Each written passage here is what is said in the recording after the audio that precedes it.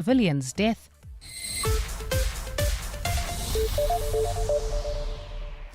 Good morning, I'm Bali Dlamini. Allegations of President Cyril Ramaphosa's instructions being ignored on a recent Navy drill will now be investigated by a board appointed by the Defence Minister. Last night, the ministry announced the appointment of retired Judge Bernard Ngwepe to lead the investigation into Iran's involvement in Exercise Will for Peace. Earlier this month, Iran participated in the drill, which was held off the west coast of Cape Town, despite the president ordering that they withdraw. Naval drills are an opportunity for countries to be familiar and train with their allies. Khomotso Modise has more. Earlier this month, Defence Minister Angie Motshekga had announced an investigation into Exercise Will for Peace and allegations of President Cyril Ramaphosa's orders on Iran's participation being ignored. Now she's announced a 4-member board headed by retired Justice Bernard Ngwepe, who will work with retired judges Monica Liu and Kathleen Satchwell, as well as Navy officer Patrick Duze.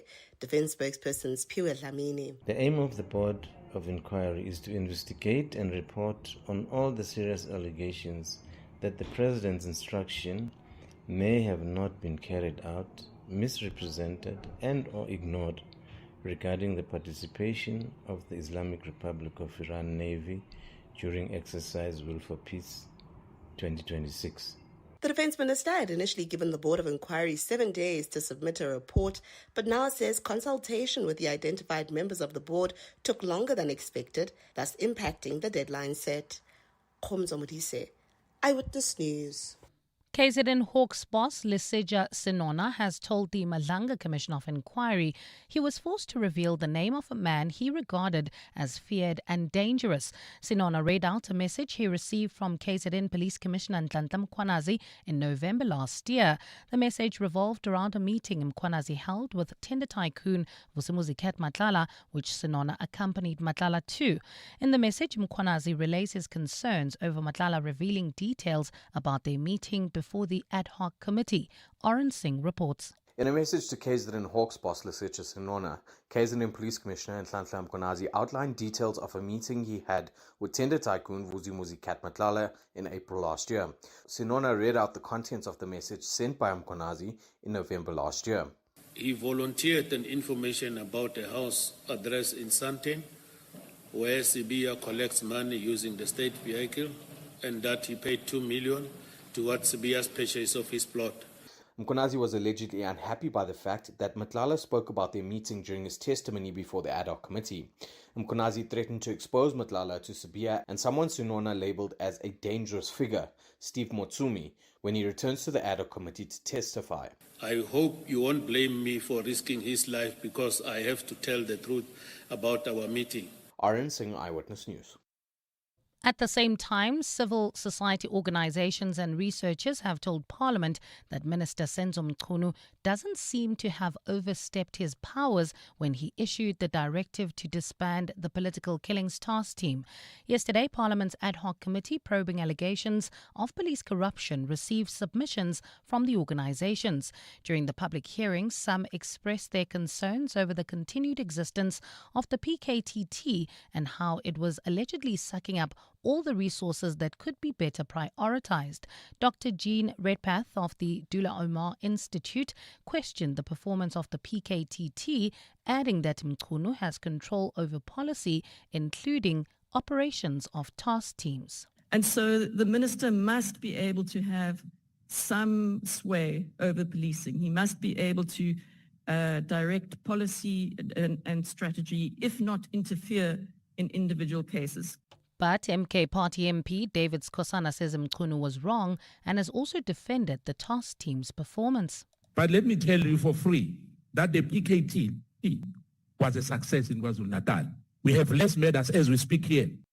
Let's stay in Parliament. The former board of the Road Accident Fund says it played no role in approving an extensive security detail for former CEO Collins Letswalo.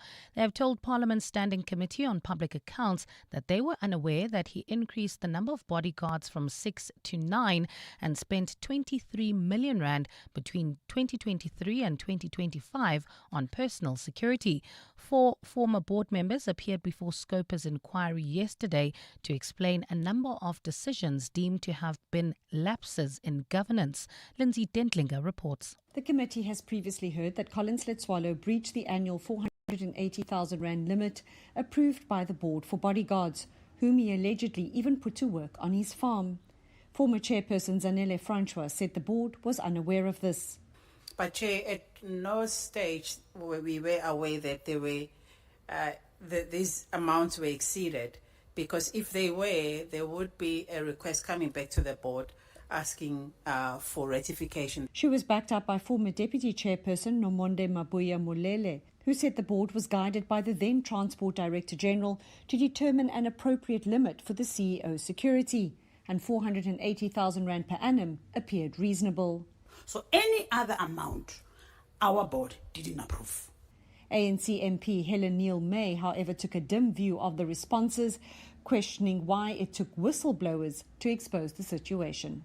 Lindsay Dentlinger, Eyewitness News, Parliament. And in the U.S., 2 immigration agents involved in the fatal shooting of a civilian in Minneapolis have been placed on leave. Alex Pretty was shot multiple times after being forced to the ground by camouflaged officers in a scuffle captured on video. His death has sparked demonstrations in Minneapolis, with residents calling for an end to the immigration crackdown. On Tuesday, U.S. President Donald Trump said he wanted to de-escalate the situation a little bit. He has been facing backlash over the decision to deploy the immigration officers to that city. Gold is trading at $5,371.06 an ounce.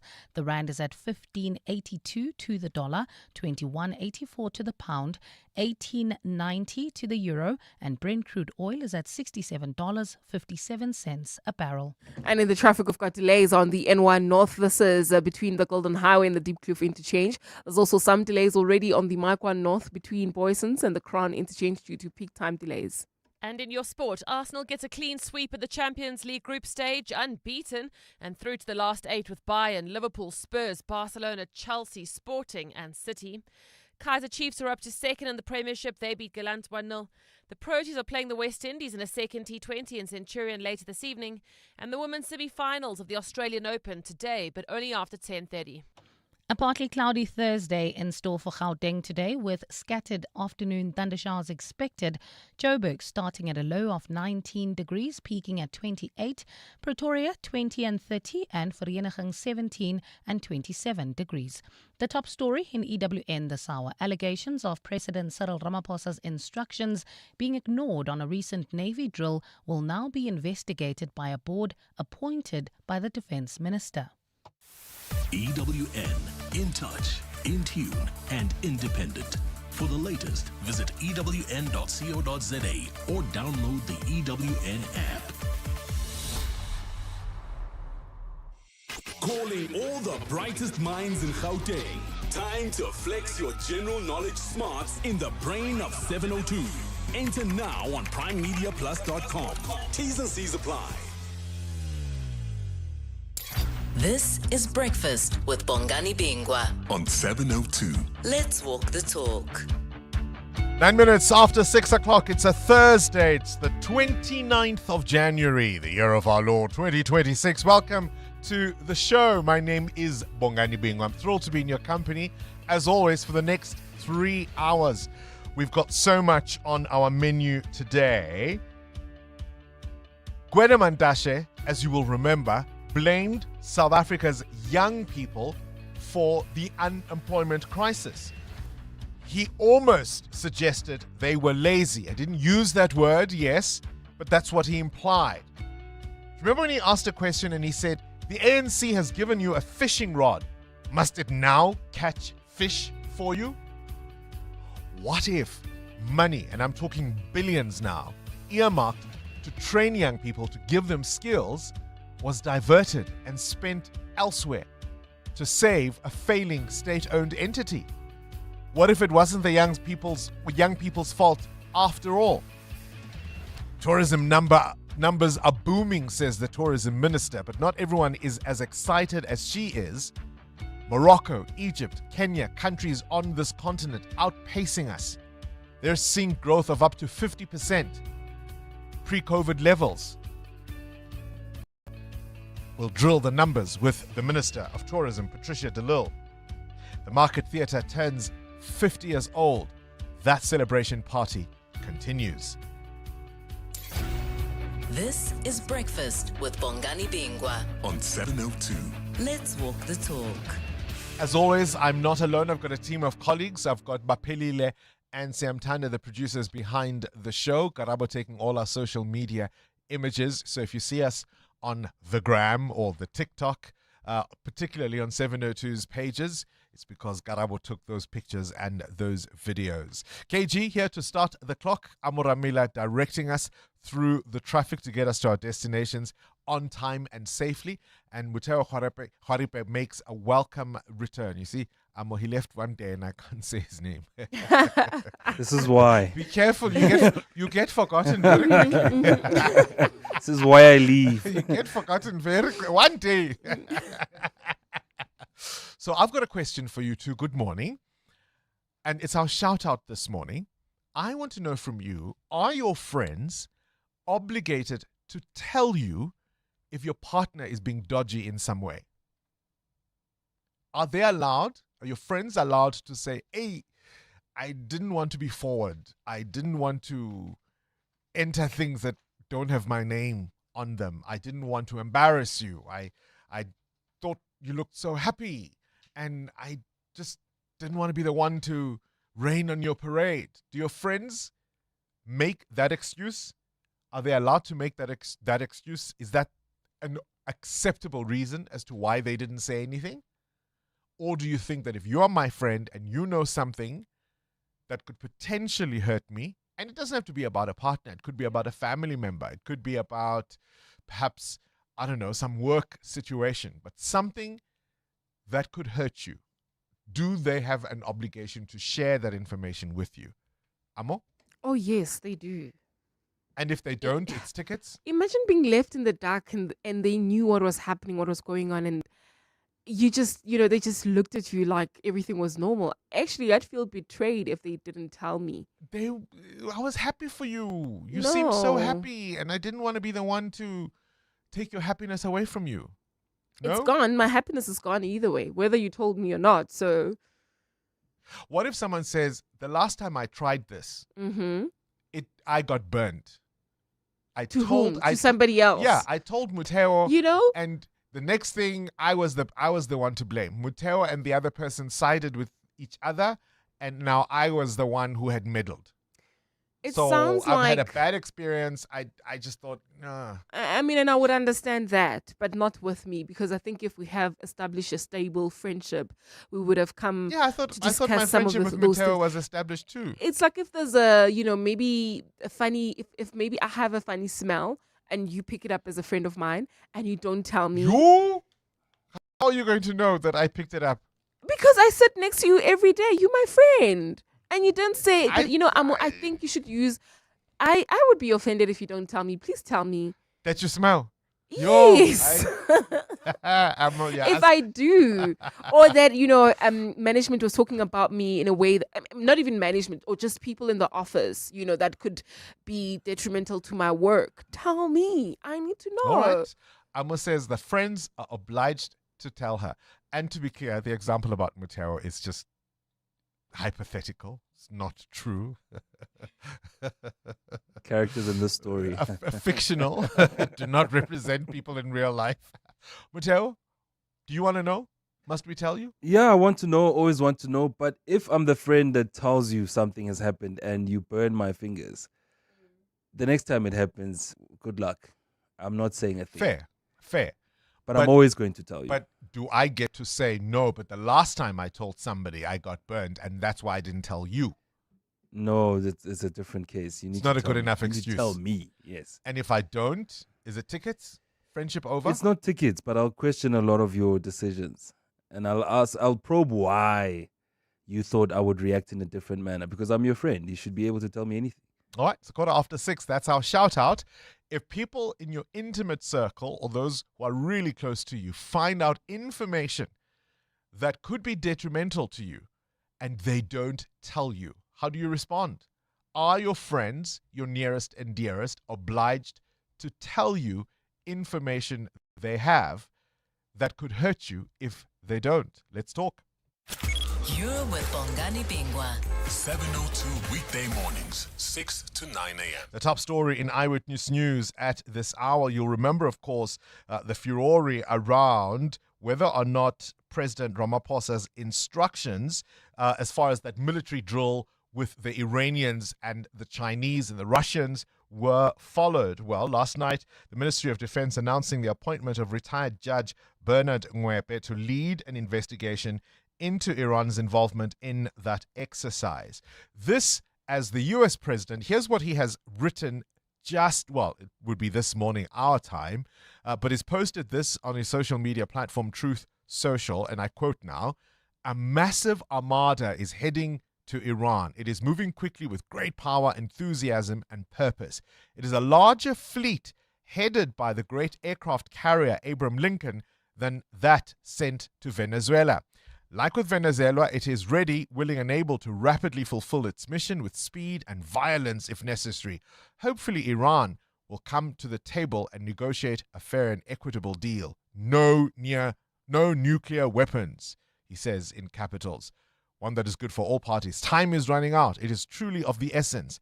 As I told Iran once before, make a deal. They didn't, and there was Operation Midnight Hammer. A major destruction of Iran. The next attack will be far worse. Don't make that happen again. Thank you for your attention to this matter. President Donald J. Trump. How seriously should President Ramaphosa's instruction around the Iranians, how seriously should it have been taken?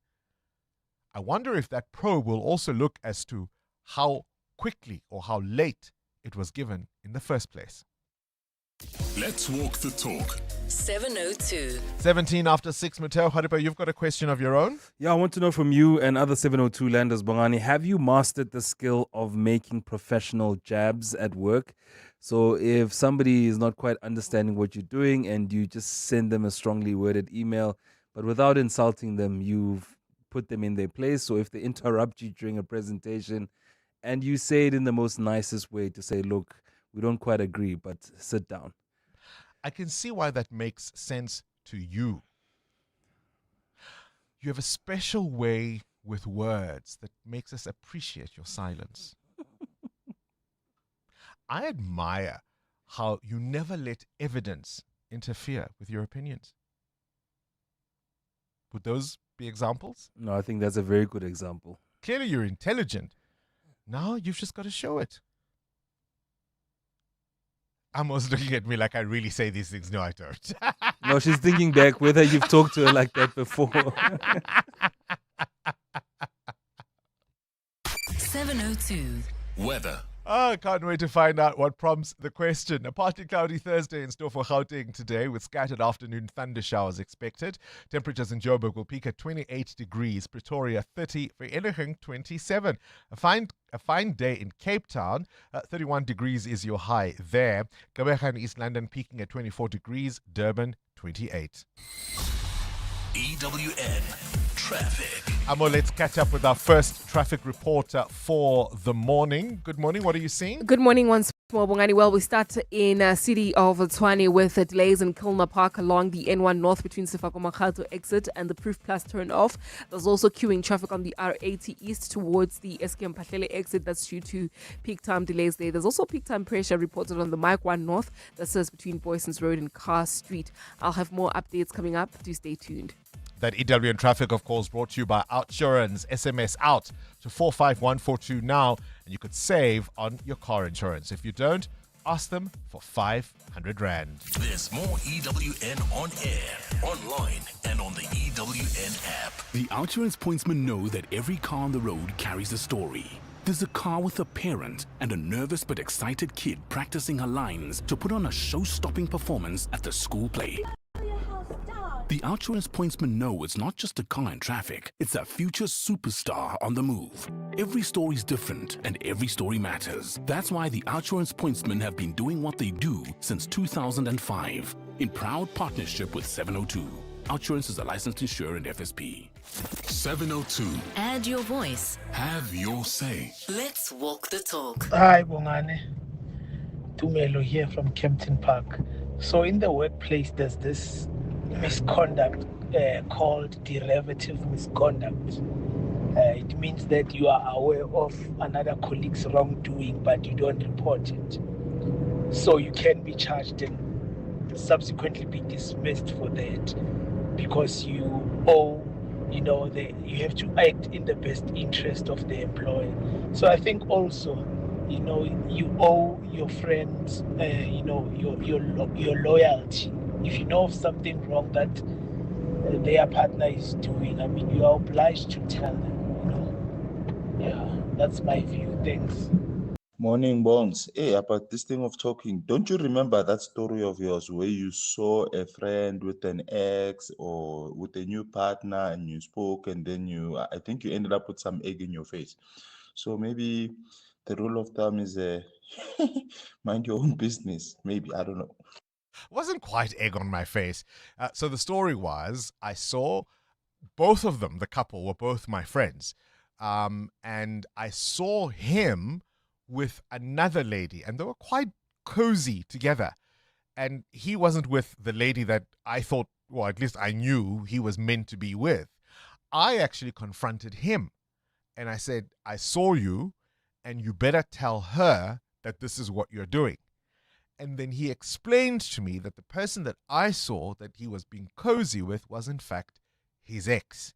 And they still had a relationship, and I think there were kids involved, etc., etc. And so that's why they were still being friendly. I mean, between us girls, I thought he was still a little bit more friendly than he should have been. But all's well that ended well, because then, everybody knew the story and the new partner knew the story and it was all calm down. But deep down, I thought, Start your day with Bongani Bingwa on 702. Let's walk the talk. And that's the point, isn't it? You tell what you know. What they do with that information is entirely up to them. Do you feel that your friends are obliged to tell you when they find out things? Derivative misconduct, that's what the voice note suggested. The company says if you know of wrongdoing, you are obliged to speak up. You cannot sit on information and say it's none of your business. It is exactly your business. Is that how you operate in friendships? Let us know. You're with Bongani Bingwa. 702 weekday mornings, 6 to 9 a.m. All right, that's our shout out 23 minutes after 6 o'clock. Things you need to know at this hour. Protect me and only then I will appear. This is the controversial Northwest businessman, Brown Mokgotsi, who has thrown down a dramatic ultimatum. So he says he's been asked to come and testify before the ad hoc committee in Parliament probing alleged criminality in law enforcement. But he says only if Parliament covers his travel and accommodation costs and for his personal security team will he appear. He's meant to face scrutiny today over his alleged role as a so-called middleman or fixer accused of facilitating criminal infiltration and political meddling in the justice system. He cited safety concerns. And initially, of course, he requested to testify virtually, more or less like Paul O'Sullivan wanted, and that the committee rejected. Turning the spotlight to the film industry, creatives are hitting the streets today under the banner Save SA Film Jobs. Organizers warn that without a strong, functioning local industry, South Africa could lose its own stories and voices to imported content. Today, industry workers are taking their protests straight to Pretoria. The Worldview later on, Adam Gilchrist has an awful story. Listen to this. 3 young brothers have died in Texas after falling through ice. So there's been this big freeze in the US at the moment, much of North America covered in thick snow. And so what was a private pond on a private property has now turned into an ice sheet. So one of the brothers decided to go ice skating, as one might. And then the ice cracked and he fell in. And 2 of his brothers immediately tried to dive in to rescue him. And all 3 of them died in that drowning tragedy. We'll get more details from Adam Gilchrist later on. The American talk show host, actress and producer Oprah Winfrey turns all of 72 today. Hey, how people age. You don't think of Oprah as 72. She looks 50 to me. Although, hang on, I'm 50. Okay, maybe I spoke too soon. Oprah Winfrey is 78 today. She turns 72, I beg your pardon. She turns 72 today. She was born on this day in 1954. She, of course, speaks about her friendship with Gayle King. And there was a time when Gayle was seeing somebody that, in Oprah's view, was not suitable. This is what happened. In 1994, yes, I thought like I went to the divorce. Yes. And at one point she was going to get back together with her husband. I said, please do, because I feel like I have been dragged through this divorce. No, you know when you have a friend and you tell every little niggly detail. Niggly, piggly, wiggly detail. And yes, I did. And she kept saying to me, you shouldn't, it's a mistake, it's a mistake. Finally, she said, please get back with him and I will send a moving truck. And I said to her, well, you don't understand because you don't have children. He was on his knees and he was crying. And you said, that doesn't mean anything. I go, you just don't understand. So she said, please get back with him. And I said, I did. I said, get back with him and it will not last. And I thought that was mean. I thought that was mean. Yeah, not going to last. Because I was going in feeling very optimistic about Right? So you don't know him like I do. Oh, you don't have children. If you were a mother, you would understand. These were Gayle's reasons. And Oprah says, okay, go ahead. Go ahead. Don't say I didn't warn you. And she was the friend who gave you every single little detail about the relationship. Is that how you want your friends to be, or do you want them to mind their own business? The R&B singer Charlie Wilson turns all of 73 today. He was born in 1953. You'll know him for the timeless hits like There Goes My Baby, You Are, Yearning for Your Love, and My Love Is All I Have. I was rolling in my car when I pulled up at the mall. Couldn't find a place to park.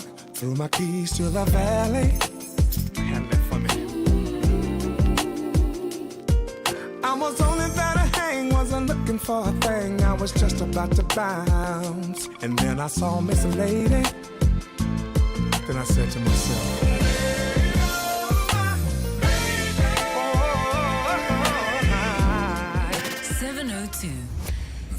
oh man, he cut it off at just the part. But here's your baby right here. What do you want? Oh, what do you want? Next, somebody's going to be telling your partner about what happened. So relax. Kusotha umbali at work. He's Bongani's baby. What's in the papers, my baby? Well, remember, Bongani, when the Joburg mayor was speaking to us about that foul stench, the rotten egg stench across Johannesburg, promising us that we'd have answers very soon. Yes. I've just figured out that it's not just a South African or Joburg issue. The front page of the Press newspaper this morning has a story about Christchurch in New Zealand, where they're saying that stench is going from bad to worse. Now, this stench is often linked to hydrogen sulfide, often from industrial emissions. But they've been dealing with this rotten egg stench since 2021. It comes and it goes, and it follows a fire that broke out at a wastewater treatment plant.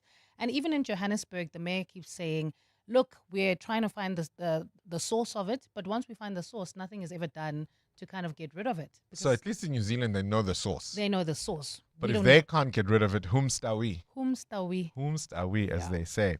The front page of The Citizen, another government money pit.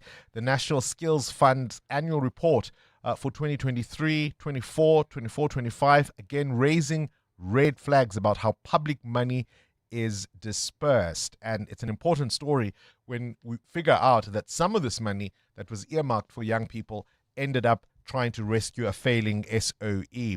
The front page of the Business Day, Mozambique holds key to 2028 gas cliff, and it's a story that will grow legs as we get closer to that D-Day. Will South Africa run out of gas?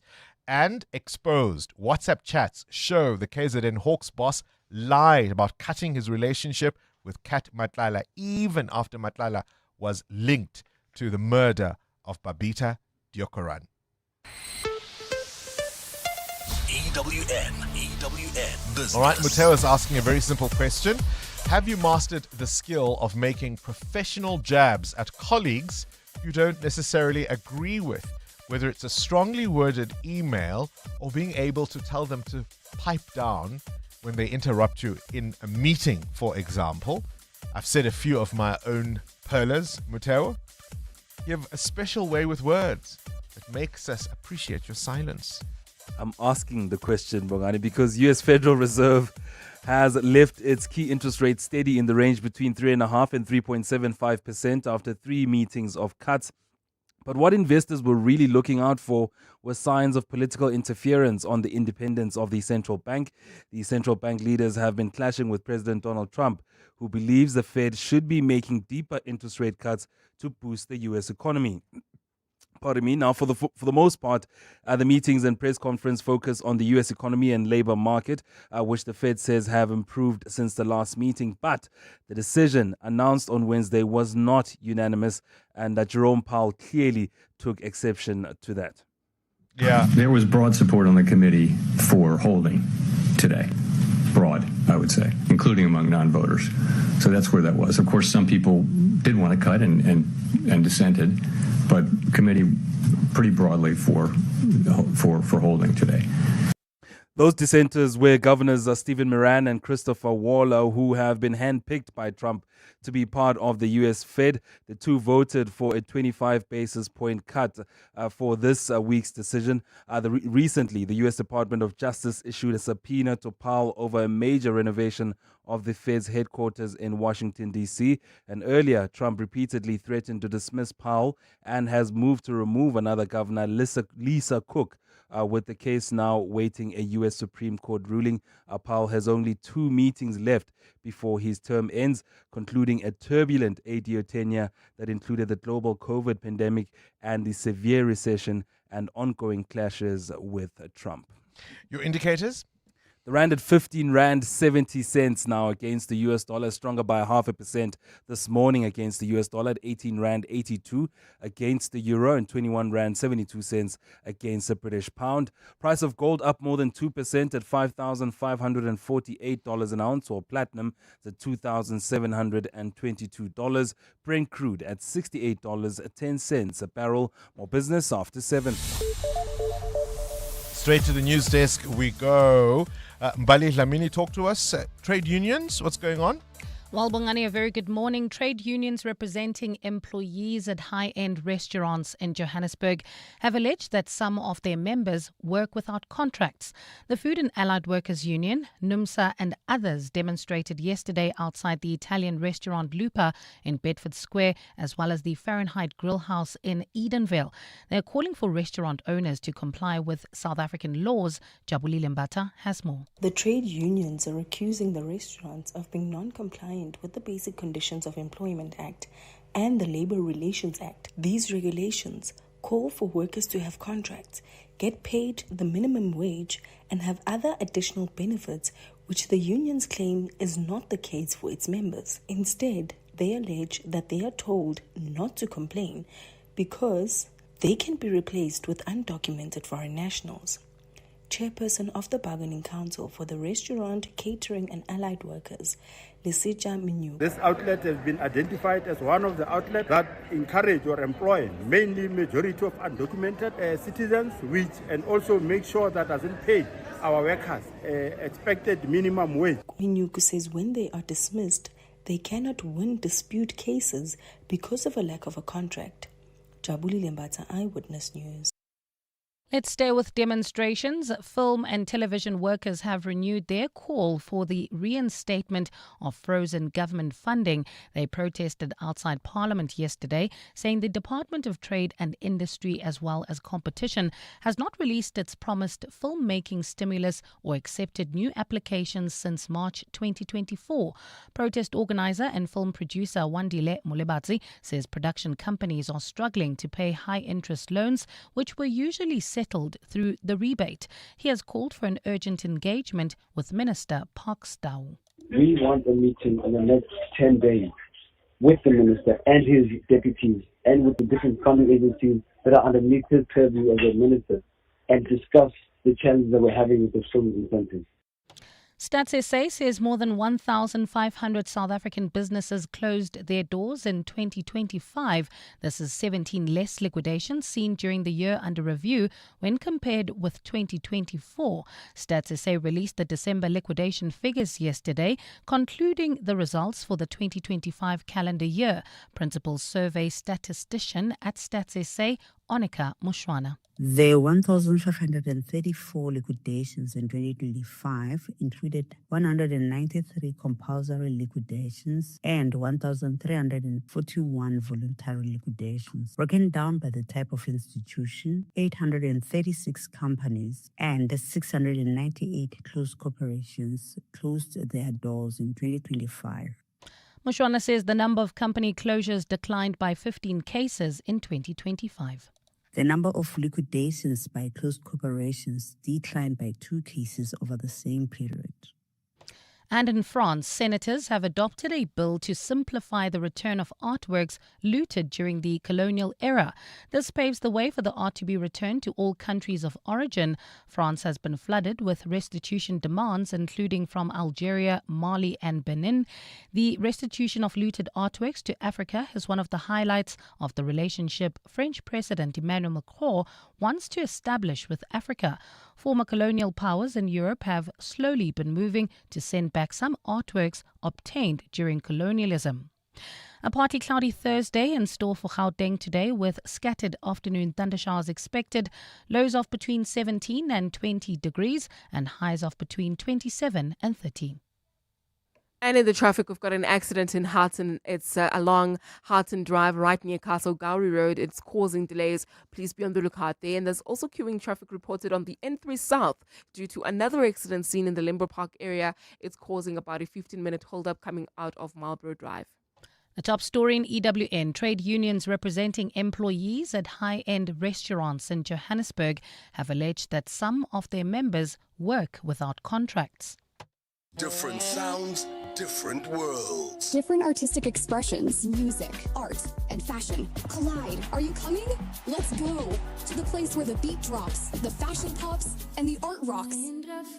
We're talking Focalistic, Daliwonga, Mafigi Zolo, Kurt Darren, Matera Doughboy, Zoe Mudicha, Claire Johnston from Mango Groove, the Twani Gospel Choir, and more. Mahindra Fusion Fest, Saturday 7th March, Sunbet Arena. Tickets on Ticketmaster now. See you there.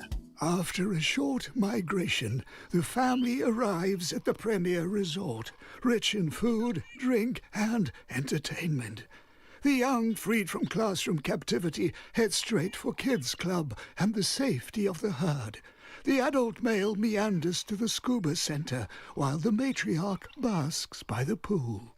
Book your resort escape to Knysna, East London, Scottborough, or Sunny Pass at premierhotels.co.za. Is your skin itchy, flaky, red, or discolored? You may have a fungal skin infection. Turbane treats a variety of fungal skin infections, like skin thrush, a red and itchy rash with small pimples, usually in damp skin areas. Ringworm, a ring-shaped, sometimes itchy rash. Athlete's foot, itchy, red, discolored, or peeling skin on your feet or toes. And jock itch.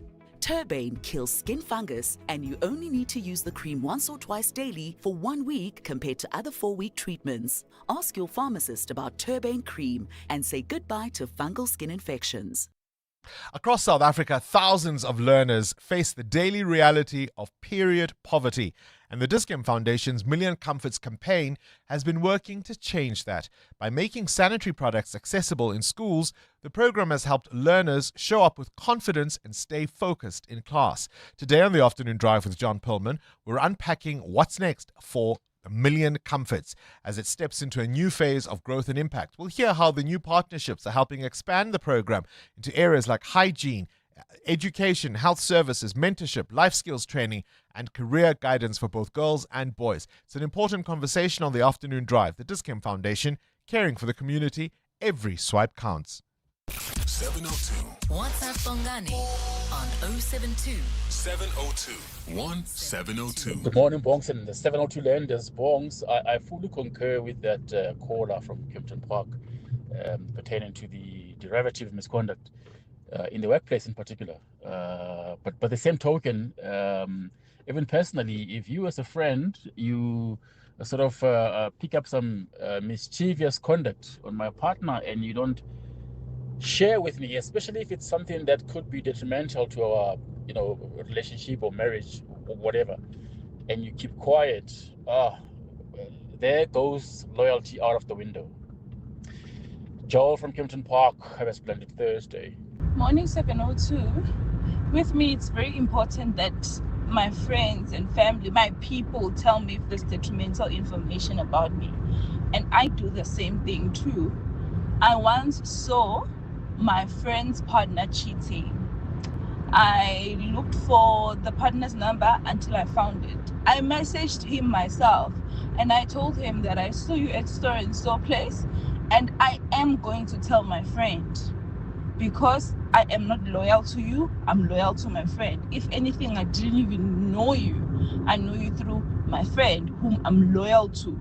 So even if my friend decides, no, I'm gonna forgive him, it's fine. It's their thing. But at the end of the day, this person is not loyal. I told you the information. What you do with it, totally up to you. And I don't care if they don't like me after that, because it's not like I lied. Yep. Do you expect your friends to tell you if they find out information, say about your partner, or anything that might be detrimental to you?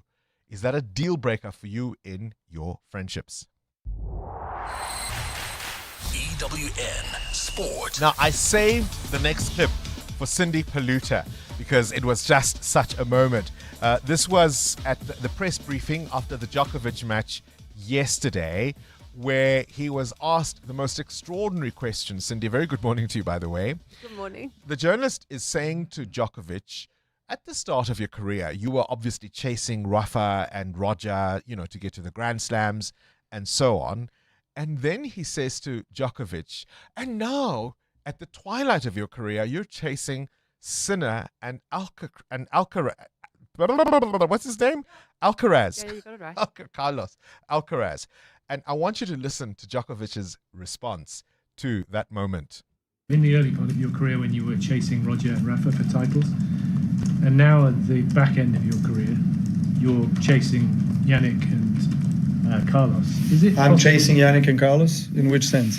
In terms of winning Grand Slam titles, just right now. So I'm always the chaser, and I'm never being chased. In the meantime, you won 24 Grand Slams. But I'm saying thanks. It's worth saying that sometimes, right? Sorry, I should have. No worries. I find it a little bit disrespectful that you kind of miss out on what happened in between, where the times when I started chasing, as you say, Rafa and Roger, and now that I'm chasing Carlos and Yannick, and there's probably about 15-year period in between where I was dominating the Grand Slam. So I think it's important to put that in prospect and in perspective. Right? Yeah. So I think with Novak Djokovic, he is the Grand Slam champion, right? Because he's won when it matters. I feel that a lot of people do see him like that, do see him as the outside, the number 3. Really? Yeah, I do think because when Federer and Nadal burst on the scene, that was that rivalry, both of them, brown hair, brown eyes, facing each other all the time, la, la, la. And then Djokovic came in very slowly and quietly and just kept winning. And before you know it, he's racked up 24 Grand Slams. And you're like, when? And now everybody always makes a big matchup about Sinner Alcaraz. Everybody used to make a big matchup about Federer Nadal. They did everything together. They went everything together. They came to Cape Town. They played with each other, with Bill Gates and all of that. So you always see Djokovic is always seen as the little outsider. Because he didn't have a rival. He's a very divisive personality. You either love him or you hate him. There's no, like Rafa, I'm like, I'm lukewarm to him, but I like him. I don't mind him. You've got no heart if you don't like Roger Federer. And then Djokovic, you either love him or you hate him. So now you've got this new matchup with these new kids, which is Sinner Alcaraz, which was being billed as. And then you've still got Djokovic is like, I'm still through to the last 4. I've won this many Grand Slams. I am the GOAT. Listen, I'm not a Djokovic fan, but as I've said to you once or twice before, particularly towards the end or this stage of his career, I've really warmed up to him. Wow, I've really warmed up to him. Like an elder. There's no disputing his achievements on the tennis court, but I've warmed up to him. So we were laughing yesterday in the newsroom because he's obviously through to the men's semi-finals, only because his partner Musetti retired. I think if Musetti hadn't retired, Djokovic would have been knocked out. And I was saying, somebody was saying, it's time for him to retire. And you go, hang on, he's through to the top 4. That makes him in the top 4 of the world's best tennis players. And because he's not going to outright smash Jannik Sinner in the semi-finals, I think it's going to be the other way around. We're all like, it's time. You should go on a high. Yeah. So unless you're winning absolutely everything. Talking about smashing. Right. Who remains unbeaten? Yeah. In the Champions League? Quite a run for Arsenal, actually. Unbeaten in the group stages of the Champions League. They beat Karabakh 3-2 last night. They stay top of the table.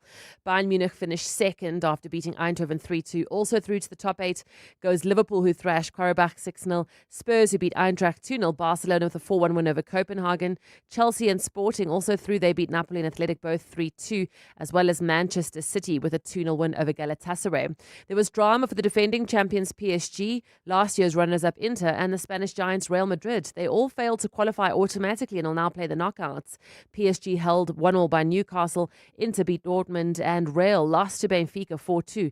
Benfica's much-needed last goal came from the goalkeeper Trubin in the 98th minute as they go to the knockouts on goal difference.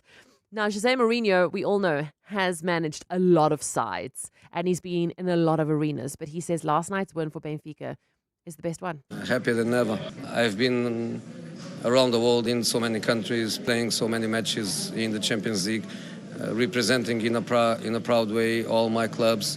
But Benfica is Benfica. Benfica is my country. My home house is 20 meters from here. This is my club. To do this with Benfica means something more. Back home in the Betway Premiership, Kaizer Chiefs are up to second on the table after beating Marumo Galanza 1-0 last night. The goal from Lelepo. They sit 2 points behind Mamelodi Sundowns and 1 ahead of Orlando Pirates. Who have how many games in hand?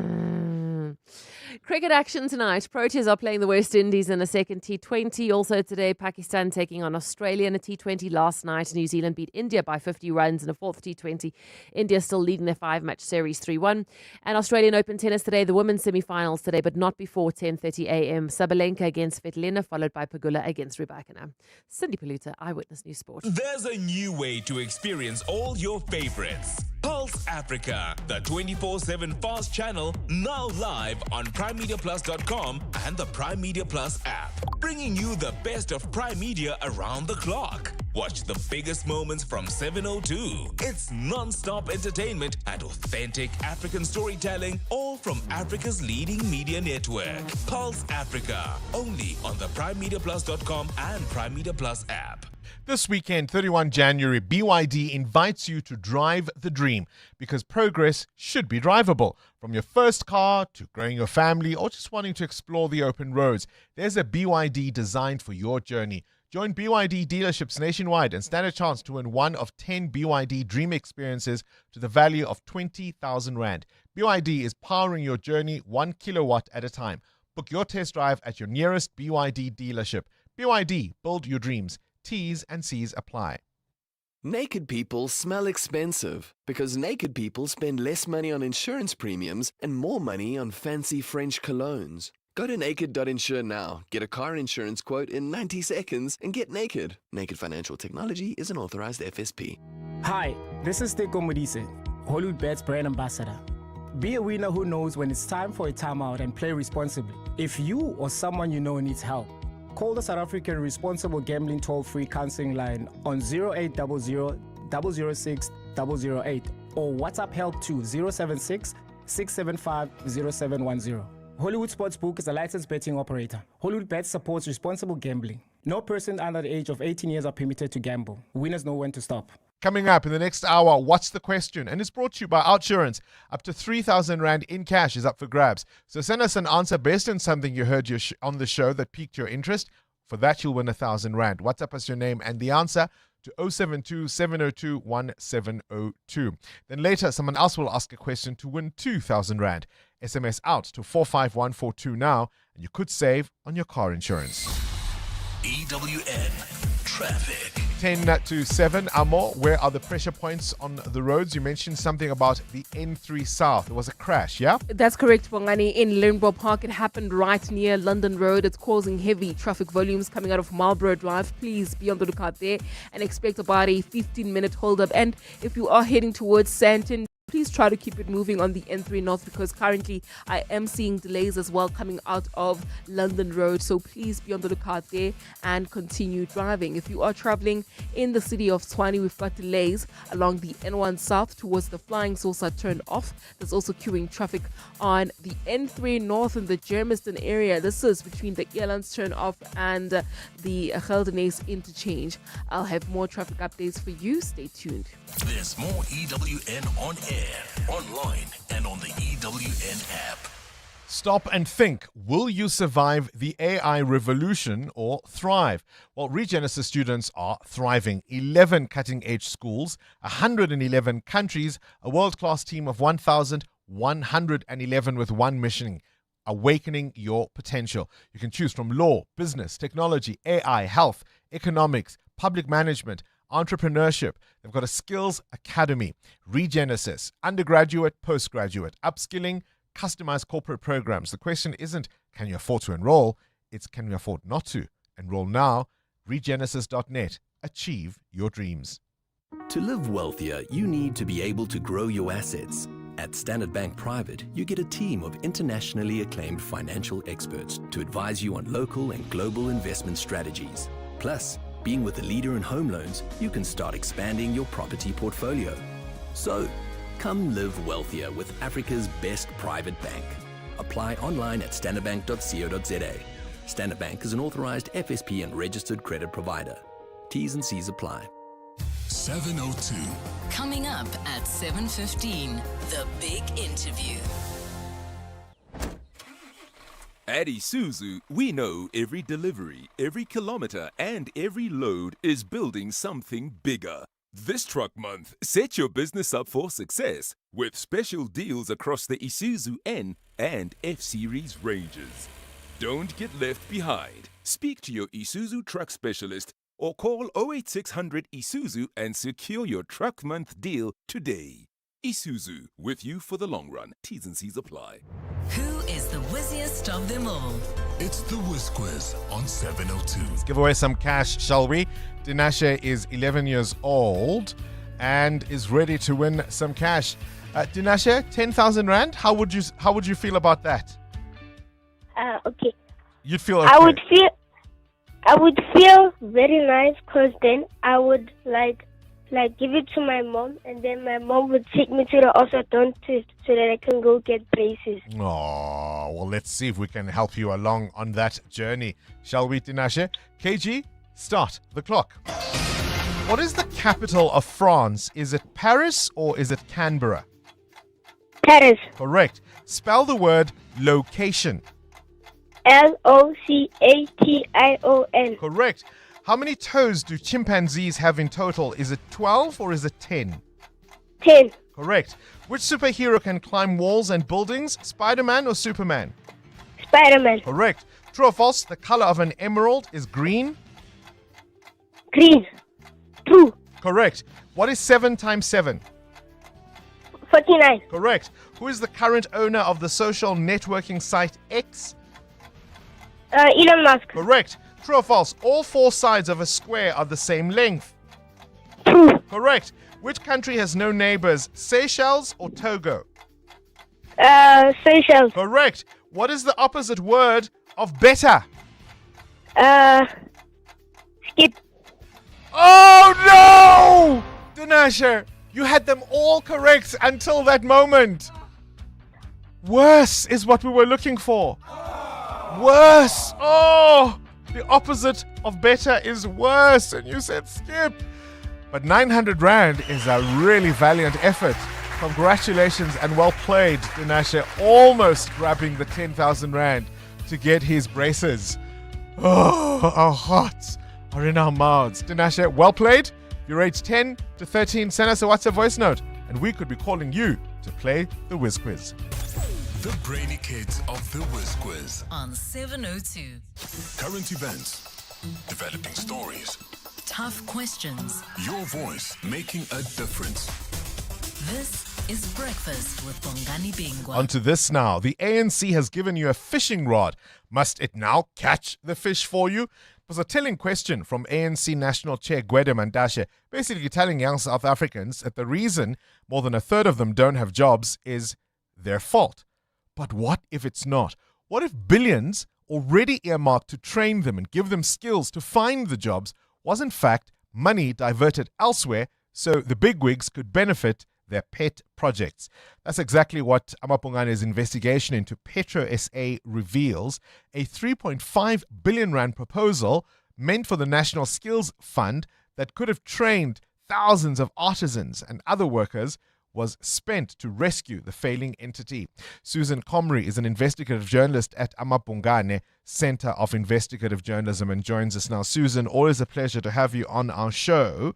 So just explain this to us. How did these billions earmarked for young people end up with Petro SA? Hi, Bongani. So essentially what we discovered was that the state-owned oil and gas company, Petro SA, and its business partner had put in a request for a 3.5 billion rand grant from the National Skills Fund. And the claim was that they were going to train 5,500 artisans. Now that works out to over 600,000 rand per an artisan. And the reason that we discovered from the documents that this was so expensive is that because a large chunk of that money was going to be used, around a third of the money, over 1 billion rand, was going to be used to repair an offshore oil rig. Now, that deal in the end didn't go ahead because it seems like Petro SA had change of leadership. The new CEO who had come in, when he caught wind of it, said, no, this is ridiculous. But when we dug into the documents, we could see what the problem was. Petro SA has a training center to train artisans, but they max can take around 150 a year. Suddenly, this proposal was talking around 5,500. And it really sort of raises questions about whether this was really just a scheme in order to get money out to rescue a failing state-owned entity, which, as you pointed out, sits under Gwede Mantashe's own portfolio. So even as he was asking that question of young people, that was what was happening in the background. All right, the National Skills Fund gets around 5 billion rand a year, but I understand there's now a 14 billion surplus? Yeah, absolutely. So this is one of the interesting things. If you have a payslip, go and have a look at your payslip. See if there's something where it says UIF, look for something else that says Skills Development Levy or SDL. It's equal to 1% of your salary. And basically that pool of money, it's around 24 billion rand in the last year, gets divvied up. 80% of it goes to the Department of Higher Education, but 20% goes to the National Skills Fund. Now, as you said, that's around 5 billion rand a year, but they have a huge surplus because they've been struggling to find projects that they can fund. And so they've said in the next 5 years, they plan to spend 34 billion rand on training to try and sort of tackle the unemployment crisis. The problem, though, is that there is a long history of the National Skills Fund being raided by bad actors for projects that really don't deliver what they're meant to deliver. So you're saying essentially we've got these billions and billions to which most employed South Africans contribute every month, and the money's just sitting there because the National Skills Fund doesn't have programs it has identified as being able to make a difference. Yeah, absolutely. I mean, they are identifying programs. They've given out 27 billion rand in the last 8 years.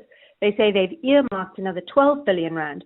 But the problem is, where is that money going? Now, the Auditor General for years has been raising red flags about the National Skills Fund. I think in the last time that the Auditor General had a look, she said there's 4.6 billion rand that can't be accounted for. So there is money. Ironically, there's lots of money that we could be using to train those same unemployed youth that Gwede Mantashe says they just need to show a bit of initiative. The problem, though, is that the money is frequently disappearing and not going where it's meant to be spent. And the Petro SA proposal, even though it didn't go ahead, and the reason we kind of wrote about it, is because it's such a good example of exactly what's been happening at the National Skills Fund. And of course, heads don't roll, right? I mean, is it your sense that we treat this as if it's monopoly money? When it is mismanaged or misdirected, there are no consequences? Yeah, I mean, it's fascinating. To be honest, I've spent years investigating Petro SA. The National Skills Fund wasn't really on my radar. And so it's been an education for me and for my colleague Boyeleni, who worked on this with me, to try and understand, what's going on at this government entity that keeps its head below the parapet, that stays below the radar. Parliament, it's fascinating listening to the parliamentary hearings when NSF is present. The MPs are furious. They are constantly grilling the NSF about all of the shenanigans that's going on there. But it's really an entity that's in huge trouble. And of course, then taking that entity and supercharging it with billions of rands that it wants to give away for free, it's just a recipe for disaster. All right, Susan Comrie, investigative journalist at Bongani. So, young people, next time you're told it's your fault, think of that interview. 7:02. Coming up, the big interview. Tourism numbers are up, says Minister Patricia de Lille, but why is it that other African countries like Morocco, Egypt and Kenya are outpacing us? That interview to come after this Eyewitness News. This is EWN. Navy drill probe to begin after admin issues are sorted, and MPs want Brown Mokhotsi forced to appear before the ad hoc committee.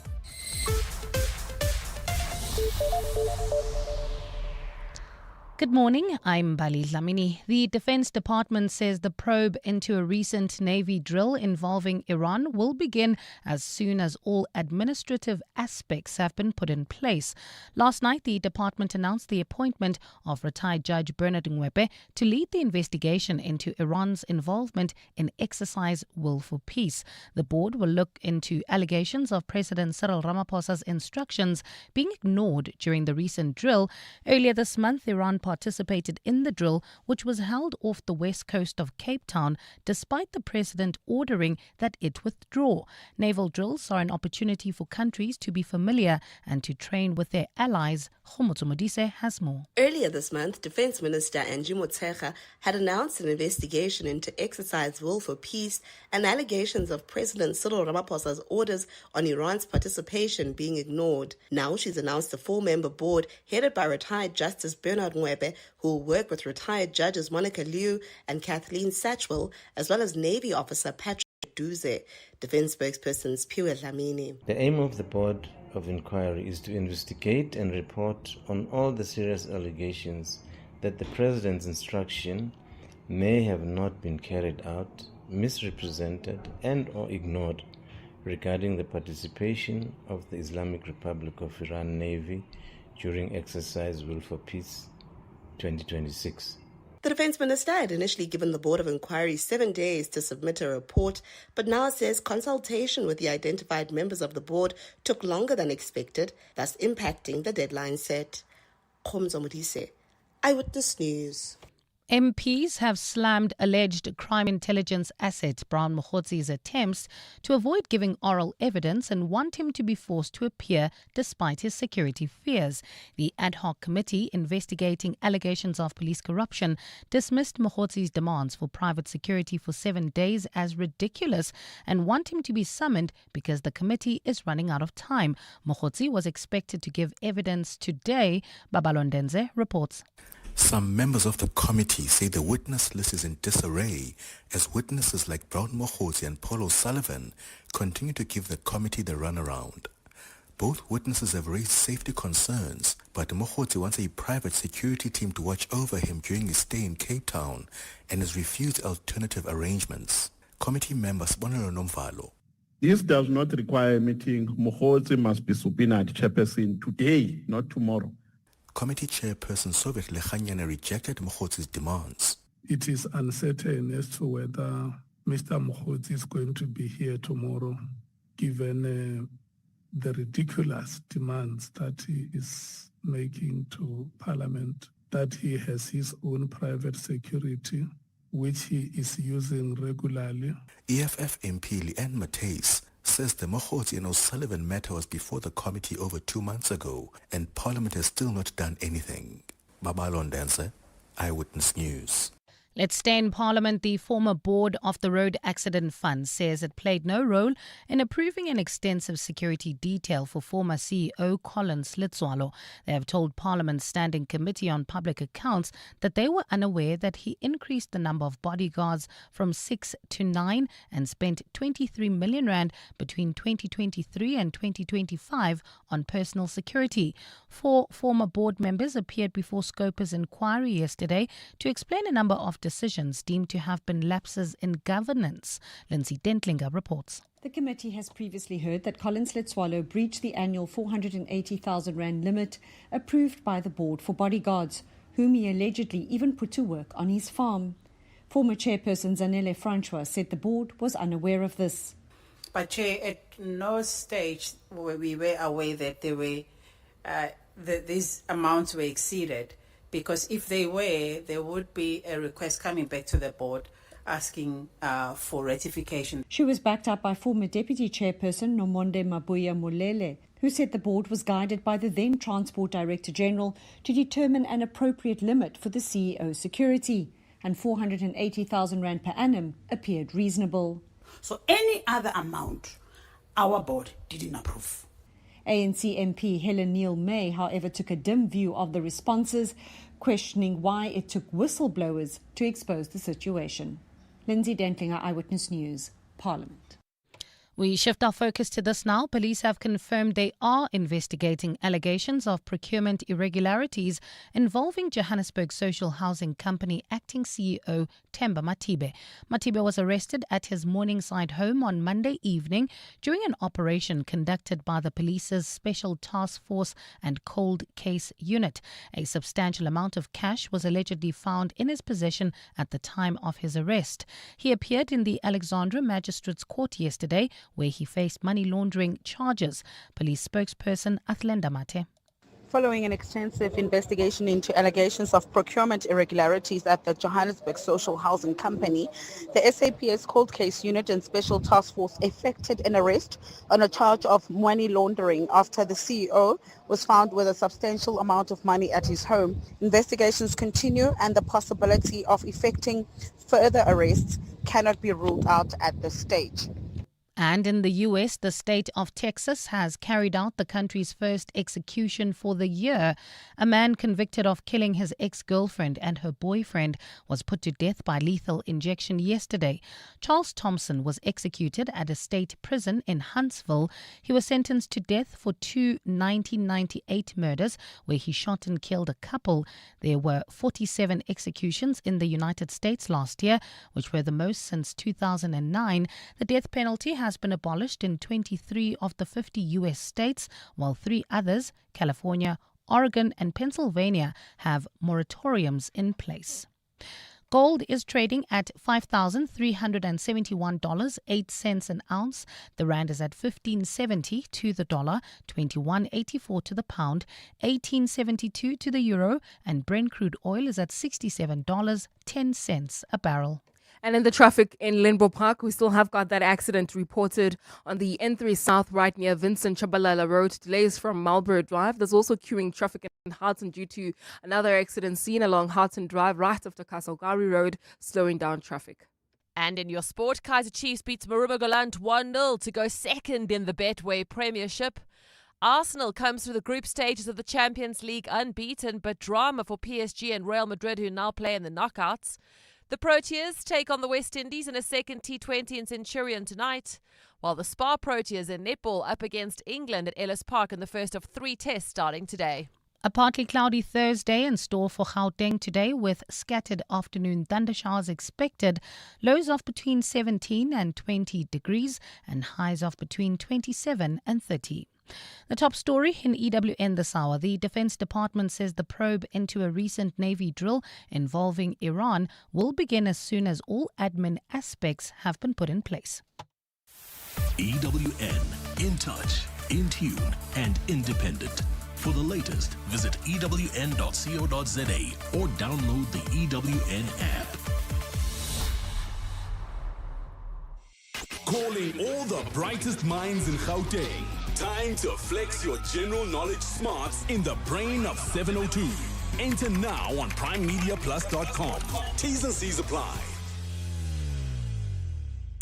This is Breakfast with Bongani Bingwa on 702. Let's walk the talk. 10 minutes after 6 o'clock, so much in that news bulletin. The arrest of this, I think he's 28 years old, hey?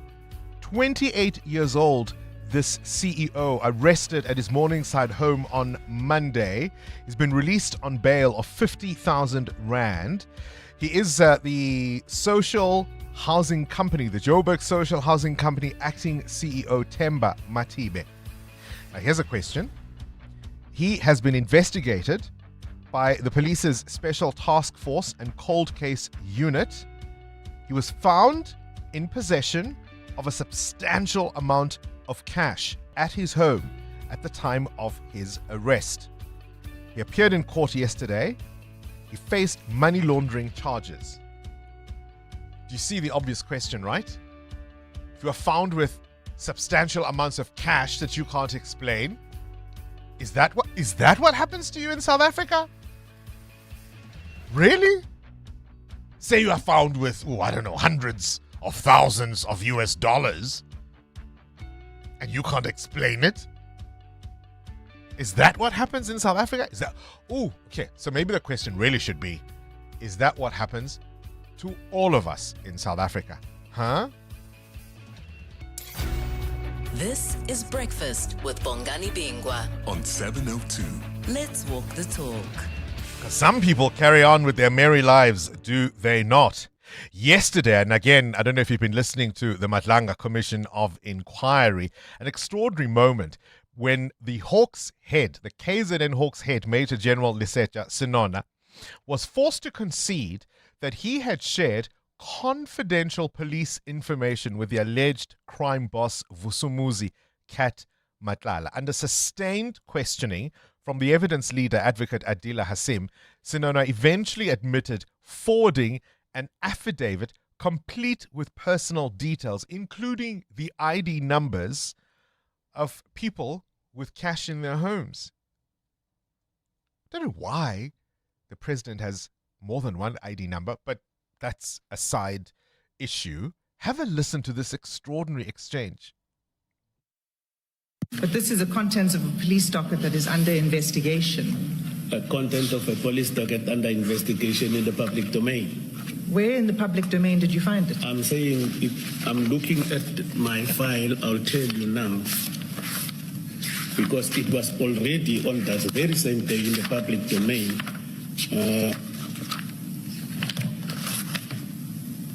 Just bear with me, commissioners.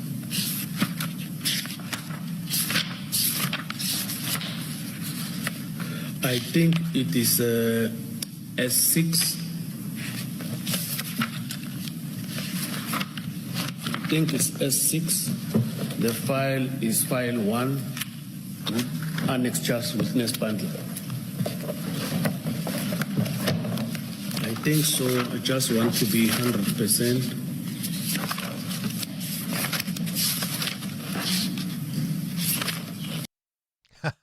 He looks.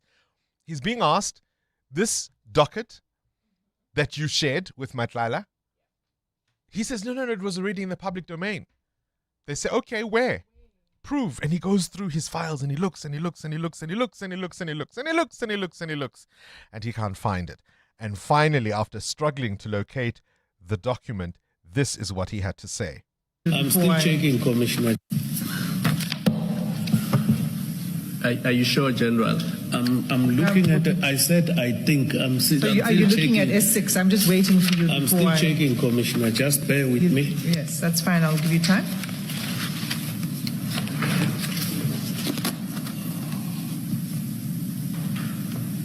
I can't 100% recall. It can be on the media platform in terms of either a WhatsApp or whatever, but I can't recall. You can't recall. I can't recall. And perhaps finally, he was questioned about why he didn't immediately terminate his relationship with his cat Matlala, particularly after Matlala was then linked to the shenanigans at Tembisa Hospital, including the hit on Babita Deokaran. At this point, the chair of the commission, Justice Madlanga himself, had to step in. So I'm saying you're a police officer because you say people respond differently and you may terminate communication differently depending on who you are. But my point is, you are a police officer. You head Hawks, which is a specialized unit within the police and which deals with serious crimes. You become aware that a person that you consider to be your brother, your younger brother, you are Uputi, the bigger brother. So now you become aware that he is involved in criminality. And on the 5th of March, you decide that you want to cut communication with him, but you do this gradually. You are not an ordinary person. You actually had Hawks in KZN. Why did you not terminate communication immediately? That idea never crossed my mind, Commissioner. Yeah, ne? Welcome to South 702. Up next. The big interview. EWN. 16 after 7, this EWN traffic is brought to you by Outsurance. SMS out to 45142 now. You could save on your car insurance. If you don't, ask them for 500 Rand. There are delays in the Rand Park Ridge area. Amo? Yes, Bongani, there's an accident reported on Bears Nodia Drive. It's right near the N1 exit. It's causing heavy traffic volumes coming out of Easter Road Drive. As a result, it's heavily backed up towards Hendrik Potgieter as well as Rabi Street. So please, if you're traveling within the Rand Park Ridge area, please be on the lookout there. And then in Limbo Park, we still have got that accident scene. On the N3 South, it happened near Vincent Chabalala Road. It's causing massive queues coming out of the Baku interchange. About a 15-minute hold up there. And then if you're heading towards Sandton, please try to keep it moving on the N3 North, as I'm seeing delays due to on Lucas there. More updates coming up. Stay tuned. There's more EWN on air, online, and on the EWN app. The Outsurance Pointsman can't help you survive the gym being packed with all those New Year resolution newbies, but they can ease traffic congestion so you can get there before the crowds. With the Outsurance Pointsman on the roads for the past 20 years, we all get to where we need to be quickly and safely. Outsurance really means it when they say you always get something out. In proud partnership with 702, Outsurance is a licensed insurer and FSP. Your office is more than just a place to work. It's a reflection of your success. At Desk and Chair, we help you elevate your workspace with locally manufactured desks and a wide range of chairs to suit your style and budget. Our expert consultants are with you every step of the way, from planning to delivery and assembly. Visit our showroom in Midrand or shop online at deskandchair.co.za. Desk and Chair. Think, feel, work better. This March, the festival that brings together art, fashion, and music is back. The 2026 Mahindra Fusion Fest, and it features iconic music artists such as Daliwonga, Zoe Mudicha, Mafikizolo, Kurt Darren, and Claire Johnston. It's all going down on Saturday, the 7th of March at the Sunbetter Arena for one night only. Not only can you win tickets to the Mahindra Fusion Fest 2026, but at the end of the night, you could also be driving in your very own Mahindra 3XO. To enter, go to your nearest Mahindra dealership and test drive the Mahindra 3XO. Grab your tickets at Ticketmaster now and get ready for a cultural revolution at the Mahindra Fusion Fest 2026, Sunbet Arena on the 7th of March, and it's powered by 702. Calling all wedding planners and venues, restaurants, conference centers, and hotels. Do you need tables and chairs? Home in One has it all. Do you need cutlery, crockery, table linen, and restaurant equipment? Home in One has it all. Do you need tents, gazebos, or umbrellas? Home in One has it all. Affordable prices, the latest trends, with 2 branches in Pretoria and Johannesburg. Shop online at homein1.co.za because we're your #1 choice. Home in One has it all. Do you suffer from migraines? Have you been previously diagnosed by a doctor and treated for migraine? Ask your pharmacist about previously prescribed migraine treatments that are now available without prescription. Brought to you by Sandoz. 702. The Big Interview with Bongani Bingwa. Right now, South Africa's tourism sector is bouncing back. Over 10.4 million international visitors arriving in our country last year. We've also secured over 50 global events worth 800 million rand. That is good news. It's good news for jobs, for small businesses, for local communities. But there are still questions burbling under the surface behind SA tourism and how we can ensure that this growth is sustainable. Patricia de Lille is the Minister of Tourism and joins us now on the line. Always a pleasure to have you on the show, Minister. Good morning, Bongani. How are you? I'm very well, thank you. It's great to talk to you in the new year. Yes, and blessings also for the new year for yourself. And for all the tourists that come to our country. Hey, Minister, a record 10.4 million international visitors last year?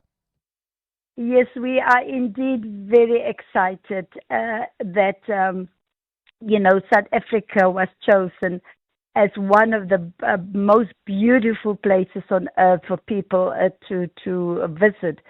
But I must say that this was also not by coincidence because, we teamed up with the private sector and we had produced a tourism growth partnership plan. And we are working together and we're very focused on, what can lead to growth. So we've been concentrating and working together with the Department of Home Affairs.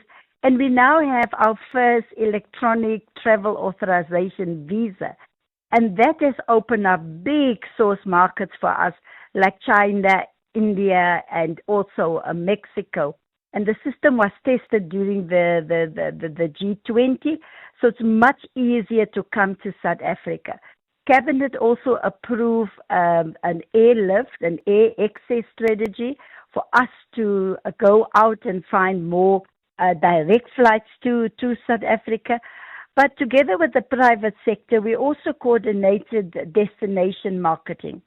And of course, the Chamber of Commerce of South Africa has also in the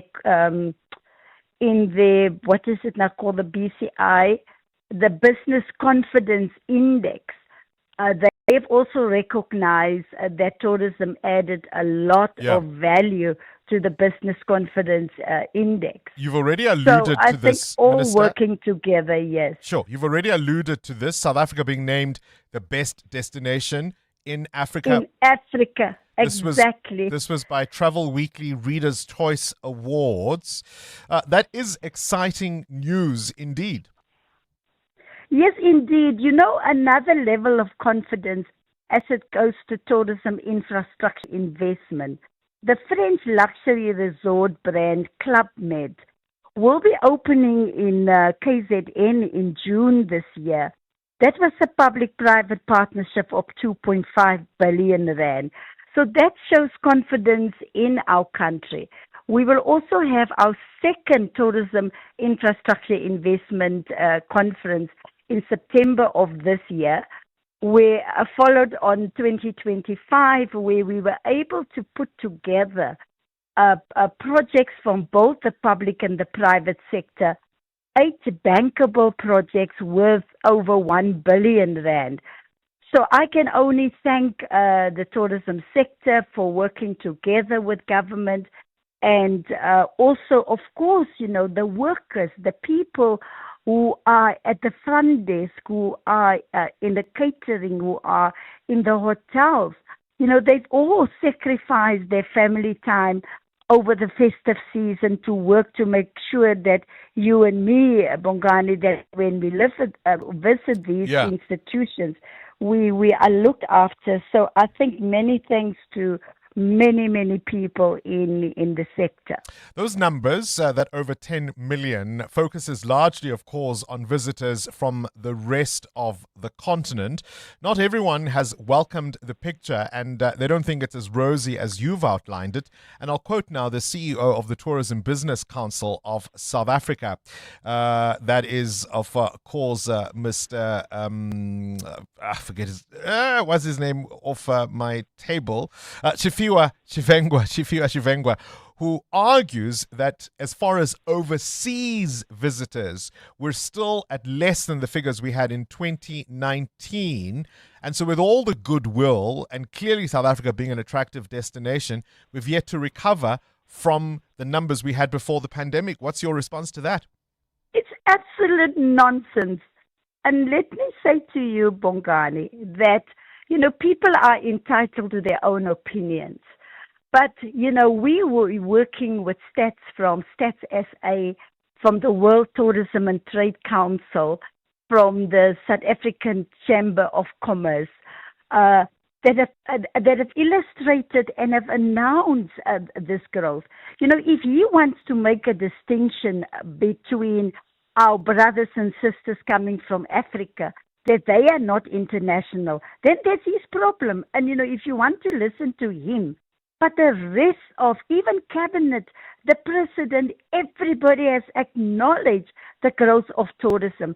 And he is certainly not speaking on behalf of the private sector in the Tourism Business Council. Sure, but that is his own individual view. It's not the Tourism Business Council. Hold on, though, Minister. Hold on, though. I mean, if we had 2.6 million visitors from outside the continent in 2019, and last year we had 2.3 million, so 300 fewer than in 2019, with a focus on countries like India and China in terms of the tourism sector, those numbers are down. Surely that's something to point out? Yes, but it's not correct. He's not pointing it out correct. If he wants to classify a visitor on the basis that you come from Africa and therefore you are not a valuable visitor to our country, when in fact, in terms of rands and cents and the spend, the highest spend comes from visitors that we arrive from the continent. And those visitors also arrive by air, they arrive by land transport. So why do you want, this is semantics, why do you want to play that up and not recognizing the bigger picture that shows there's growth? And instead of getting into who is important in that growth, I think for me, every visitor is important coming to our country. And we must treat all of them the same and not say overseas visitors because they come from Europe and America, they are more important. I don't think that's the point, Minister. I think we appreciate... That is the point. Hold on, though. I think we appreciate every visitor that comes to our shores. But at the same time, government has had a focus on key markets like India, China, Mexico, and even Indonesia. Perhaps the visitors from the rest of the continent were always going to come. That growth was always going to be there. But we're not seeing it in the focus markets that we ourselves have identified. And also, we're also seeing, Minister, countries like Morocco, Egypt, Kenya, at upwards of 50% growth. These are our rivals on the continent for tourism figures from elsewhere. I think that's a fair point to raise. Bongani, I've just said to you now that one of the stumbling blocks to get more visitors to our country in terms of ease of access has been now resolved with the reform of the visa system. And what did we do? During the G20, the Minister of Home Affairs tested the new visa system. The good news is now, for the first time, those markets like India, China, Indonesia, Mexico, and others, we have removed that obstacle. So in the past, it has been the visa applications. I have dealt with several blockages from India, from Mexico, where I had to contact Home Affairs directly and say, these are, for instance, business people that are visiting our country. So that obstacle has been removed. So we will now look at the figures in the last quarter of the year. We are talking here about the calendar year. But in terms of reporting, in terms of the performance of tourism, we report on a financial year that will end at the end of March. We have announced that in the calendar year, we have now, that's from January to December 2025, we have received this 10.48 million visitors. And if you compare that with the figures of a calendar year of 2019, in fact, we must compare it with 2018, because 2018 was the highest on the record ever received in our country. We have broken that record in this calendar year. This is the highest ever number of visitors to South Africa in a calendar year. So I think to get into try and segment and almost want to discriminate against certain visitors coming from the continent, that is just not on. Okay. Minister, fair enough. Thank you for your time. Thank we you. appreciate Thank these you, numbers, Bongani. and hopefully we'll also grow some of those focus areas, hey? Yes, 2027 we're going to host the spring Davos conference that mirrors the WEF in Davos right here in our country. Later on now at 9 o'clock this morning, we're launching the Live Golf, also a first for the continent. And then the Cricket World Cup in 2027. So that shows confidence in business events to be hosted in South Africa. And we have illustrated that we are capable and able to host events like the G20. All right. But thank you for the opportunity. Thank you so much, Minister of Thank Tourism. you. Very Thank you. optimistic, Patricia de Lille. EWN Business. All right, Mateo Harupe, Mr. Price's group retails sales growing to 15.1 billion rand in the third quarter. This is good news. Yeah, Mr. Price, the South African retailer, saying sales are up 4%, while online sales jumped 3.5% and accelerated to 8.3% just in December. Now, the apparel segment grew by 3.2%, while the homeware division, which keeps growing, was up 4.5% during the period. Now, Mr. Price added some 64 new stores, bringing their total tally there to 3,164 stores. More money in our bank accounts? Yeah, it looks that way. Things are looking up. A strong rand, a low inflation and record high commodity prices could see better salaries for South African workers this year. The Pay Inc. net salary index shows salaries are tracking higher than last year, with a 1.8% increase in December of 2025. The average salary is now at 21,000 rand 397, up 3.7% from 2024. Your indicators. The rand at 15 rand 66 against the US dollar, 18 rand 78 against the euro, and at 21 rand 68 cents against the British pound. Price of gold up 2.5% at $5,555 an ounce, while platinum is at $2,776. A Brent crude at $68.22 a barrel. More business after 8. Catch up now with the latest eyewitness news. Let's talk about our prison system. Bali Lamini, good morning. Thanks, Bongani. Good morning. Correctional Services Minister Pieter Groenewald says the decision to review the parole decision for the Griekse murderer is not a determination of the merits of that case.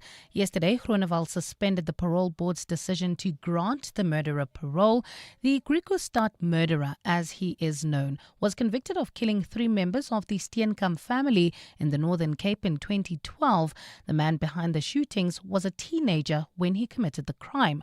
He was convicted and sentenced to 20 years behind bars in 2014 for murder as well as rape. While the parole board in Uppington approved his release last year, Correctional Services spokesperson Singabako Nxumalo says the review suspends the decision pending a new one. Dr. Pieter Groenewald has referred the decision of the Correctional Supervision and Parole Board in Uppington regarding the parole placement of the Griekse convicted murderer to the Correctional Supervision and Parole Review Board for a review. A 35-year-old man is set to appear before the Paarl Magistrates Court today on a charge of arson. This after he allegedly caused a fire at the Paarl Provincial Hospital. 3 floors of the hospital were evacuated this week due to a fire which caused damage to a section of that facility. The fire was quickly contained and no injuries were reported. Drakenstein Fire and Rescue Services say the fire seemed to have started near a car parked in front of the hospital. A 35-year-old male suspect was apprehended for questioning and later detained. He will appear in the Parliamentary Magistrates Court on Thursday, 29 January 2026. The ANC in the Western Cape has criticised the Education Department's decision to appeal the court ruling that reinstated former Heathfield High School principal Wesley Newman. Newman was dismissed in 2021 on 6 misconduct charges related to refusing to open the school during the height of the COVID-19 pandemic. The department argues the court minimised the seriousness of his conduct and has therefore lodged an appeal. The ANC's Khalid Said says more than 4 million rand has already been spent on legal fees while schools face critical resource shortages. The ANC caucus views this as wasteful expenditure and will therefore call on Scoper and the Auditor General to investigate the full extent of the costs incurred and the decision-making that led to this ongoing legal process. Said says court orders must be respected and that the party will continue to demand accountability. We will continue to use our oversight role to protect public funds, defend educators against unfair treatment, and ensure accountability within the Western Cape Education Department. And Venezuela's military and police have pledged loyalty to interim President Delcy Rodriguez. The pledge signifies the support of a key bastion behind ousted President Nicolas Maduro. Rodriguez is walking a tight wire, seeking to please both Maduro loyalists and U.S. President Donald Trump. U.S. forces snatched Maduro and his wife from their home earlier this month in a move that stunned the globe. The Maduros have been taken to New York for trial on U.S. drug trafficking charges. A partly cloudy Thursday in store for Gauteng today with scattered afternoon thundershowers expected. Lows of between 17 and 20 degrees and highs of between 27 and 30. And in the traffic, we've got queuing traffic on the N3 South. This is between the Baku interchange and Vincent Chabalala Road due to an earlier accident. There's also queuing traffic in the city of Tshwane along the N14 East. This is between the R55 and the Brakfontein interchange. A top story in EWN, Correctional Services Minister Pieter Groenewald says a decision to review the parole for Griquastad murderer is not a determination of the merits of that case. Clement Maniatella. Weekday mornings, 9 to 12. 9 to 12. Why then, when you went to the Koshimampuru, you didn't switch off? Because what preceded your visit there was the emails, was the calls, was all that communication. So why didn't you switch off? Let me tell you the configuration of the department. The premises is owned by Public Works, and Prison Services uses the facility that is owned by Public Works, but they've got the responsibility to pay electricity, water and rates. And in this instance, Public Works didn't play its part, and we realized that perhaps let's give them an opportunity to discuss that internally so that when we come back, they have already settled the matter. But they owe us. Eugene Modise, who is the Deputy Mayor of Tshwane. Clements Maniatella. 9 to 12 on 702. This weekend, 31 January, BYD invites you to drive the dream. Because progress should be drivable. From your first car to growing your family or just wanting to explore the open roads, there's a BYD designed for your journey. Join BYD dealerships nationwide and stand a chance to win one of 10 BYD Dream experiences to the value of 20,000 Rand. BYD is powering your journey 1 kilowatt at a time. Book your test drive at your nearest BYD dealership. BYD, build your dreams. T's and C's apply. You may not know this, but that genius, Albert Einstein, he never wore socks. Which proves that even the smartest people aren't always smart. But you can shop like an absolute genius at DecoFern Furniture with unbeatable deals on office chairs, desks, and much more. Plus up to 50% off end-of-range items. Work smarter, study smarter, and definitely shop smarter at DecoFern Furniture right now, in-store or at decofernsa.co.za. For over 30 years, Bid Air Cargo has been keeping South Africa's supply chain moving, giving our economy the dedicated cargo capacity it needs. Whether it's really, really urgent, oversized, or hazardous, when a shipment has to fly, we make it happen. Linking all major airports with reliable freighter services, our promise delivers. Bid Air Cargo. Every kilo counts. Across South Africa, thousands of learners face the daily reality of period poverty. And the Dis-Chem Foundation's Million Comforts campaign has been working to change that. So they make sanitary products accessible in schools and help learners show up with confidence and stay focused in class. And today on John Pullman's Afternoon Drive, they're going to be unpacking what's next for Million Comforts. They're going to step into a new phase of growth and impact. And so we'll hear about partnerships helping to expand the program into other areas like hygiene education, health services, mentorship, life skills training, and career guidance, not just for the girls, but for the boys as well. That's an important conversation today on Afternoon Drive with John Pullman. The Dis-Chem Foundation, caring for the community, every swipe counts. 702. WhatsApp Bongani on 072 702 1702. Morning, Bongani. I just picked up something. So the minister said that in the past there were instances where she had to step in and she would have to tell Home Affairs that this guy is actually a businessman to get someone's visa approved. Whose visas are we talking about? Because your generic tourist coming from India does not have the capacity to phone up the Minister of Tourism to get a denied visa approved. And there are certain reasons why visas are denied. That's the whole point of a visa, is they check your background, they check everything before you set foot into the country. Morning, Bongani. Seems like you had a very interesting interview with Patricia Dillon. I think she's old. Context is just missing her at this point. I think she needs to retire. I mean, what the CEO said and what she said, totally two different things. But I mean, if you breaking down the markets to Europe, Asia, and whatnot, you need to have those markers. You know, I don't even know why she said what the CEO said was nonsense. And that's just uncalled for and very disrespectful. Good morning, Bongani. Just as a layman's view, if we look at the flights coming in and out of OR Tambo and Cape Town International Airport, many of the European and American airlines have added flights over the past few months and past few years on these routes. And without looking at Stats SA data and the number of people traveling to each city, the fact that more flights are coming into the country from international destinations clearly demonstrates that our international visitors are on the increase. Yusuf from Johannesburg. Hi, Bongani. It's Ginger. Can we ask the minister exactly how many of those people that came from Africa, the continent, how many of them stayed behind after the so-called holiday? Good morning, Bongani. I don't know how the minister differentiates between real tourists and people that are coming here as tourists like Zimbabweans and they never go back. Because they come in as tourists, they will be counted as tourists from Zimbabwe, Malawi, and wherever, and they stay here forever. How do they differentiate between them? Penny from Fourways.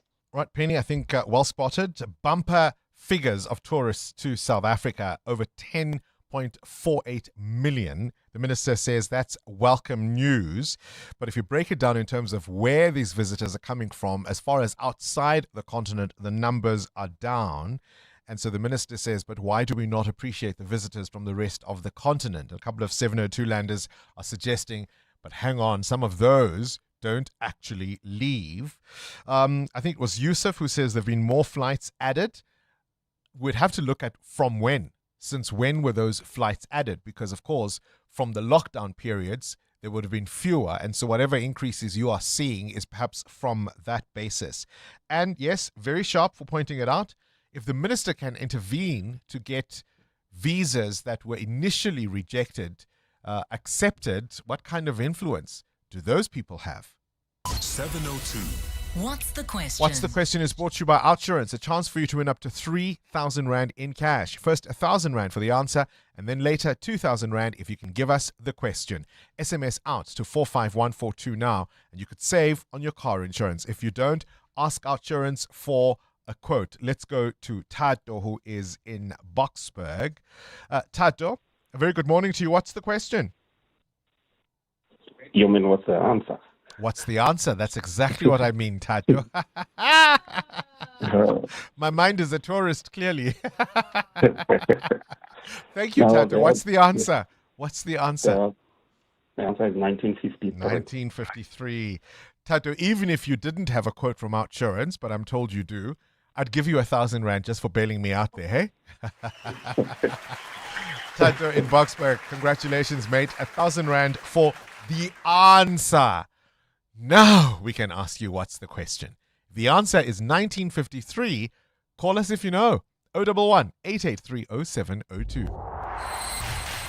EWN Sport. Cindy Paluta, sometimes our mind just wonders, does it not? Oh, all the time. I think it's just a state of our lives at the moment, in the stage where we are, where it feels like you've got a million browsers open and you don't know, and they're all buffering and you don't know which one you need to click on next, right? Yeah.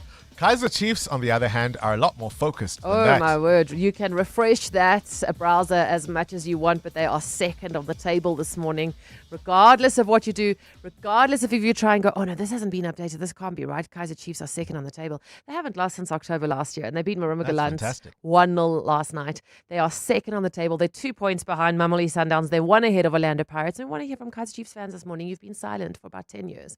It's okay. Dust it off. Come out. Let us know how you're feeling. They're trying not to jinx it. Yeah.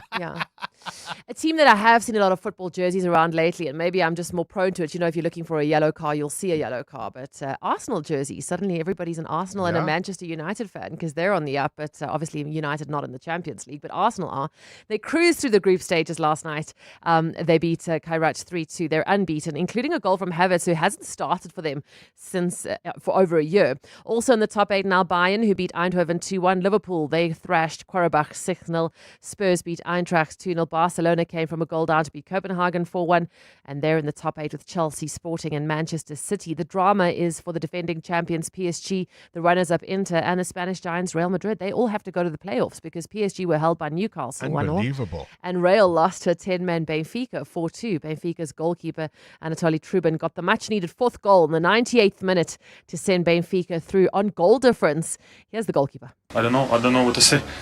Crazy moment. I had one also close moment against Porto. It was also close, but here, thanks God, I did it. And I don't know what to say, actually.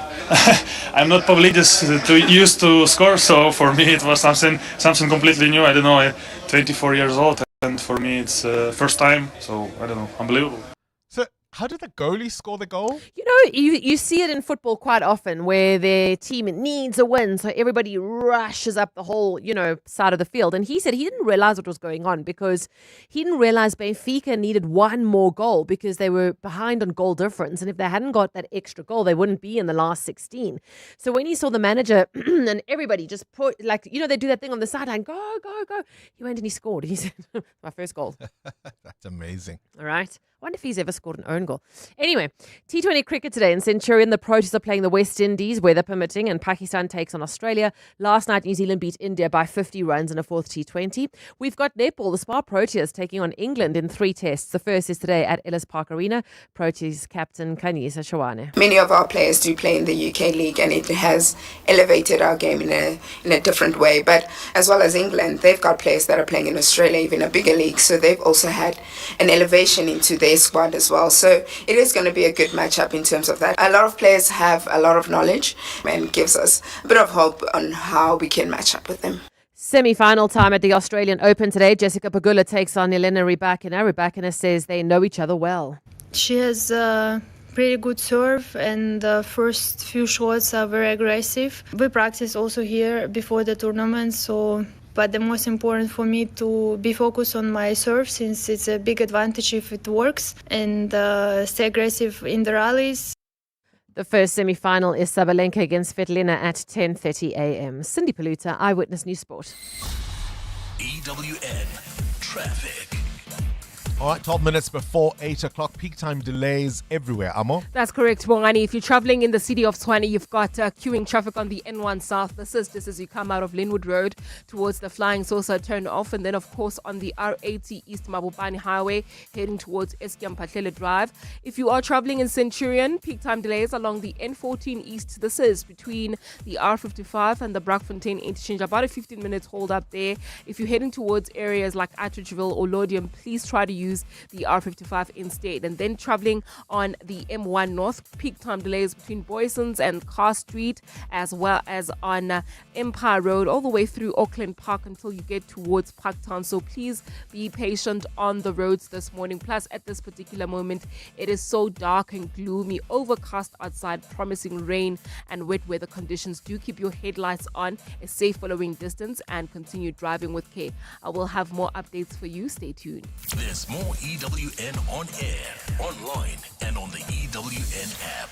702. What's the question? For 2,000 Rand in cash, all thanks to Arturance. Please tell me what's the question. If the answer is 1953, let's go to, is it Morena in Ennerdale? Morena, what's the question? Yes, the question is, what's the name of the American singer, songwriter who was born this day in 1963 in Oklahoma? Charlie Wilson. Yes, indeed. Charlie Wilson, known for so many fantastic hits. He is celebrating his birthday alongside Oprah Winfrey today. Morena, 2,000 Rand in cash is coming your way. All thanks to Arturance. Thank you, Bongani. 702. And every time it's like my first time away, and I can never find the words to say. You're the perfect girl, you were made for me. It's so easy to love you, baby. We're compatible, credible, and natural we are. And girl, I never felt this way before. From the bottom of my heart, baby girl, I just wanna tell you that you are the reason I love, the reason I trust. God sent me an angel. You are the best in the world, a wonderful girl. Knowing you by my side brings tears to my eyes. Don't blow your paycheck on high car insurance premiums when you could be saving with Outsurance. So how much does 35-year-old Zanai save? A whopping 1,180 Rand. That's an incredible 1,180 Rand monthly saving on Zanai's 2017 Mercedes-Benz GLA.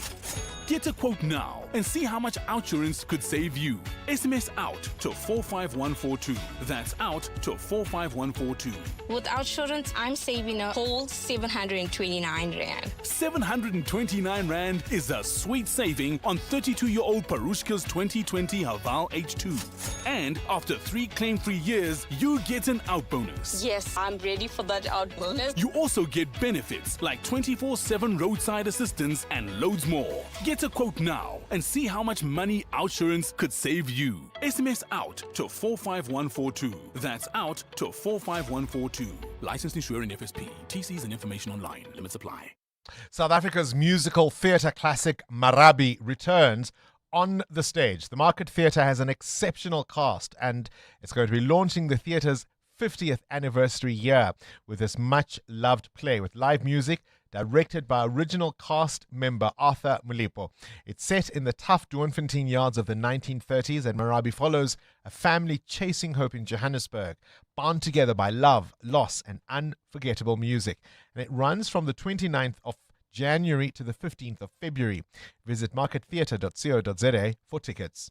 At Dis-Chem, get ready to start the year strong with bigger savings and better rewards. Swipe your Better Rewards card to save a massive 165 Rand on Pampers Premium Care Nappies. Now just 424 Rand 79. And get a massive 30% off Johnson's Baby Wipes. Look out for the Better Rewards icon to get an extra 10% off on Better Rewards brands. Offers valid from Tuesday 13 January to Sunday 15 February. Only at Dis-Chem. Better health starts here. Let's hear from Dr. Armand, owner of Monument Dental, why it pays to switch to Outsurance Business Insurance. It was one call and I was covered immediately. We are very happy with the premium we're paying. I wish I did it sooner. For dentistries, general medical practices, and all other businesses, get a quote today and see why it pays to switch to Outsurance Business Insurance. Visit outsurance.co.za or call 08600 60,000 today. Licensed insurer and FSP. TCs and information online. 702. 702. What's gone viral? With Kabazela. Time now for the world of viral content. Kabazela. Good morning to you, Bele. How do you feel about other people dishing up for you? If I get invited for dinner, please do not dish up for me. I really do not like it. Really? I can't handle it. I'll be polite and I'll be like, okay, thank you. Yes, I'll take that piece. A little bit more. But generally, I just don't like it. I prefer to dish up for myself. And I also don't like going to a buffet because, sometimes when there's a buffet, you've got the servers that will be behind the counter and they'll dish for you, right? And that just makes it even worse for me. So while we're talking about this is because I saw this video. This looks like a big function, and this guy's sitting at a table, and the servers come around and they put some rice onto his plate, and he then takes his hands and he makes a little hole in the middle of the rice so that when the curry comes, it all sits nicely and doesn't run all over the plate. So the next server comes and dishes up this beautiful red-looking curry. And instead of putting it in the middle of the hole that he's made with the rice, this guy just puts it on the side. And the look, the look on this guy's face is absolute one of disgust. He's like, what? I mean, I've made this perfect hole here, and you put it on the side. So if he was dishing up by himself, he wouldn't have had that problem. So the question, Bongles, is, do you like people dishing up for you? If you have guests over at your house, and I suppose it depends on what you are serving, do you like to serve people? Do you like to dish up for them? Do you think it's a sign of respect maybe for your guests that are in your home? And what do you dislike the most about people dishing up for you? Because we all know there's maybe that piece of lamb there with a nice bit of fat on, and you want that particular piece, and they give you the dry piece. or it's brown just the right way. I like the idea, especially of a partner or a significant other dishing up for me. I don't know, it makes me feel a little spoiled. Yeah. And I'm happy to do the same, by the way. And I think if you've been with someone for a while, they should more or less know what you do and do not like. And it's sometimes nice. I must talk to the missus, eh? I must talk to the missus because I don't get served, yeah. Maybe you should do some of the serving and then you'll get it back, eh? Oh, I do. All right, Kamazela wants to know, do you like it when people dish up for you? And what do you dislike the most when they do? And when people come to your house, is it self-service or do you dish up for them? 702. 702. Feedback. With Siamtanda Matiso. It's nice when someone dishes up for you, isn't it, Sia? Honestly, Bongs, I don't mind. Dish up for me, don't dish up for me. Really... It's okay. If you dish up more, then I won't finish the food. I hope you're not offended, but I don't see If you're my person, you're not going to dish and up I Mount agree Everest with you. for me. It's a cute thing when you have a partner who knows what you're allergic to, You're not what dish you up don't a Mount like. Everest for me. If you're my person, I'm not going to finish it. Exactly. Right? Dish up for me, please. Please, man. Please, man, behave. What else you got? Got positive news this morning, Bongs. Yeah. So listen, first up, we received a voice note from a loyal listener who'd love to do something great for loyal students, first year loyal students. Let's take a listen. Hi, Bongani. My name is Feziwe. I'm an attorney and I've been enjoying your show. I've been wanting to do something for the community for some time. And this year, I really want to give back to first year students studying law, especially in these difficult economic times. Could you please connect me to some students looking for financial support to purchase their textbooks and stationery? I'm willing to give 5 students at least 3,000 each to go towards their first semester stationery expenses. Just a way to give back to those less fortunate, as I know that these challenges may hinder your ability to reach your full potential. Thank you. Wow. Isn't that amazing? I'm writing this down as I'm listening to the voice note. Okay, so she's identified money that she wants to give for first year law students. She'll give 3,000 rands worth of sponsorships for 5 students. Yes. That's Correct. fantastic. And she wants us to connect them. Yes, so anyone who's interested can email me. My name is Yes. Siamtanda. It's my first name, and then a capital letter M at primemedia.co.za. So it's my name, Siamtanda, then a capital letter M at primemedia.co.za. That's my email address. M for mother, yeah? Yes, M for mother. So Siamtanda email M. Siamtanda M at primemedia.co.za. That's Listen, absolutely fantastic. I have more good news, Bongs. More good news. Let me tell you. So this morning we played with 11-year-old Tinashe on Whiz Yes. Quiz. You asked him what would he do with the money if he won it, and he said Correct. he would visit the orthodontist. Yes, well, for braces. let's take a listen Good to this good morning. news. I'm Dr. Mushawa. I am the orthodontist. I was listening to the brain quiz. I heard how Tinashe wanted to win the 10,000 rand so that she can give it to mom, who will then take her to the orthodontist. This really touched my heart. I would like to offer the orthodontic services to her. No. I would like to assist in straightening her teeth and aligning the teeth. Okay, thank you. Bye-bye. I'm gonna I cry. hope that has warmed the 702 lander, because we've been getting lots of voice notes, people disappointed that he didn't get 10 out of 10. He got man. 9 out of 10. So to get this voice note just made our morning. So I'm we gonna cry. hope that 702 landers as well Oh, are having is a it great Dr. morning. Mushao? Yes. Wow. Positive news this morning. Oh, man. Tinashe got 900 rand. Yep. He needed just one more answer. And I think he just panicked at the end because he got Yeah, all the man. difficult questions right. Absolutely. And he was going to spend the 10,000 rand on orthodontistry. Absolutely. Is it orthodontistry? No, I don't think so. But Yay. you know what? You're too excited. You're emotional. guys. We forgive you. Let's go to Mbalihla. I mean, I don't know what to say. This is EWN. The Joburg mayor to face another motion of no confidence, and MPs want Brown Mogotsi forced to appear before Parliament.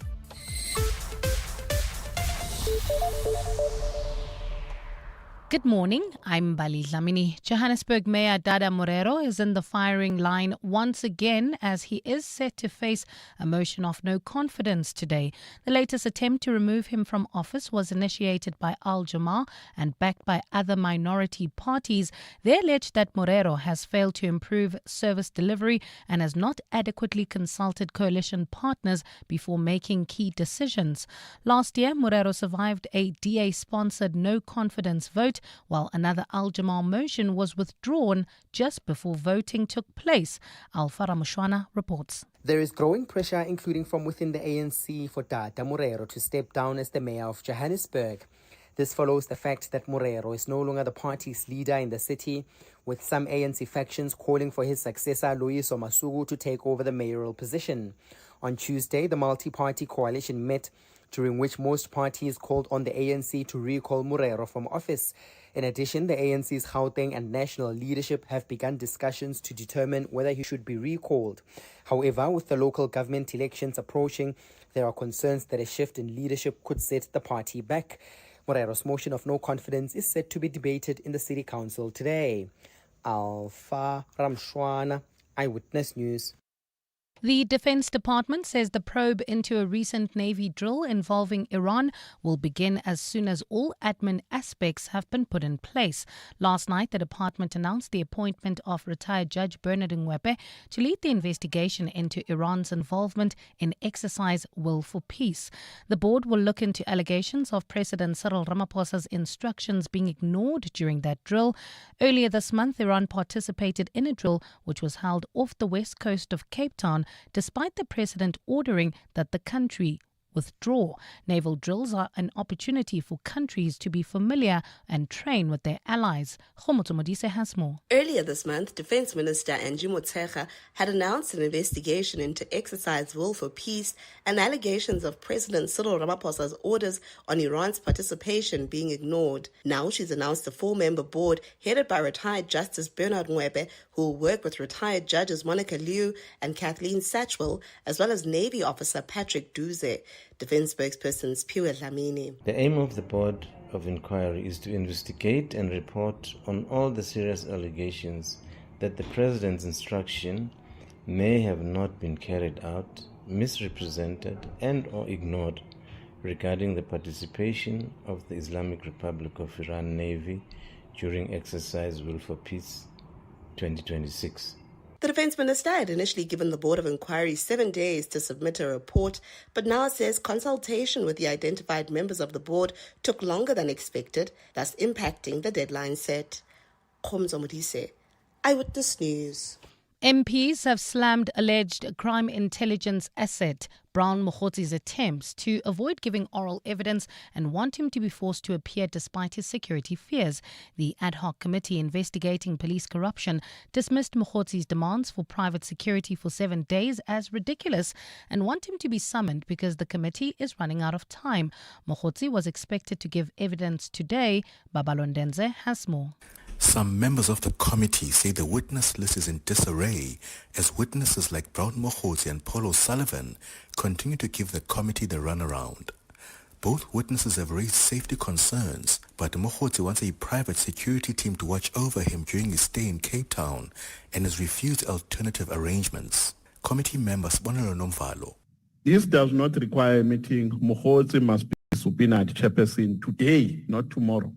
Committee chairperson Soviet Lechanyana rejected Mogotzi's demands. It is uncertain as to whether Mr. Mogotzi is going to be here tomorrow, given the ridiculous demands that he is making to Parliament, that he has his own private security, which he is using regularly. EFF MP Leanne Matthys says the Mogotzi and O'Sullivan matter was before the committee over 2 months ago and Parliament has still not done anything. Babalondense, Eyewitness News. Let's stay in Parliament, where the Road Accident Fund has been described to Parliament as an institution riddled with collusion as well as malfeasance. Yesterday, the fund's former Deputy Board Chairperson, Nomonde Mabuya Mulwele, told the Standing Committee on Public Accounts that it was not the board's job to get involved in employee matters. She was responding to questions from MPs on allegations made by some employees that former CEO Collins Letswalo was a bully who terrorized them. Lindsay Dentlinger reports. The 4 former board members who appeared before Parliament's inquiry into the Road Accident Fund were peppered with questions about mass suspensions and terminations at the organisation under the leadership of the former CEO. Board member Nomonde Mabuya Mulele said the board only raised concerns about the money spent on disciplinary matters and the length of time that they took. She said the board used employee surveys to test the mood within the organisation. The surveys were a good dipstick to give us a sense of the pulse of the organisation. She also testified that the organisation needed a firm leader, but said she could not verify witness testimony that CEO Collins Letswalo had been abusive towards staff. RAF is an organisation full of collusion, malfeasance, people, doing all sorts of things. However, Mabuya Mulele said the organization's employee relations managers were not up to the task of handling disciplinary matters. Lindsay Dentlinger, Eyewitness News, Parliament. And 3 people have been arrested on suspicion of involvement in an armed attack at a football game in central Mexico. 11 people were killed in the attack on Sunday. 5 of the victims were security guards at the football pitch, all of whom were unarmed. A preliminary investigation shows the guards were targeted because they had worked for a company linked to the powerful Jalisco New Generation cartel. The suspected attackers are believed to be part of the Santa Rosa de Lima cartel, which is involved in a dispute with the CJNG. Gold is trading at $5,371.08 an ounce. The rand is at 15.65 to the dollar, 21.68 to the pound, 18.72 to the euro, and Brent crude oil is at $67.10 a barrel. And in the traffic, we've got delays along the Winnie Mandela Drive. This is just as you leave Bryanston area towards Sandton. There's also queuing traffic on Republic Road, and several routes within the Sandton CBD are also heavily backed up. If you're traveling in the Parkmore area, an accident reported. It's right along Sandton Drive, right after Winnie Mandela Drive, causing delays. And in your sport, Proteas take on the West Indies in the second T20 in Centurion later this evening. Kaizer Chiefs' run of good results continues. They're second in the league after last night's 1-0 win. PSG, Inter and Real Madrid find themselves in the playoffs of the Champions League. And in netball, the Spar Proteas' first of 3 tests against England is tonight at Ellis Park Arena. A partly cloudy Thursday in store for Gauteng today with scattered showers expected. Temperatures will peak at highs of between 27 and 30 degrees. The top story in EWN this hour. Johannesburg Mayor Dada Morero is in the firing line again as he is set to face another motion of no confidence.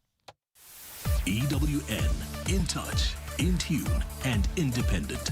For the latest, visit ewn.co.za or download the EWN app.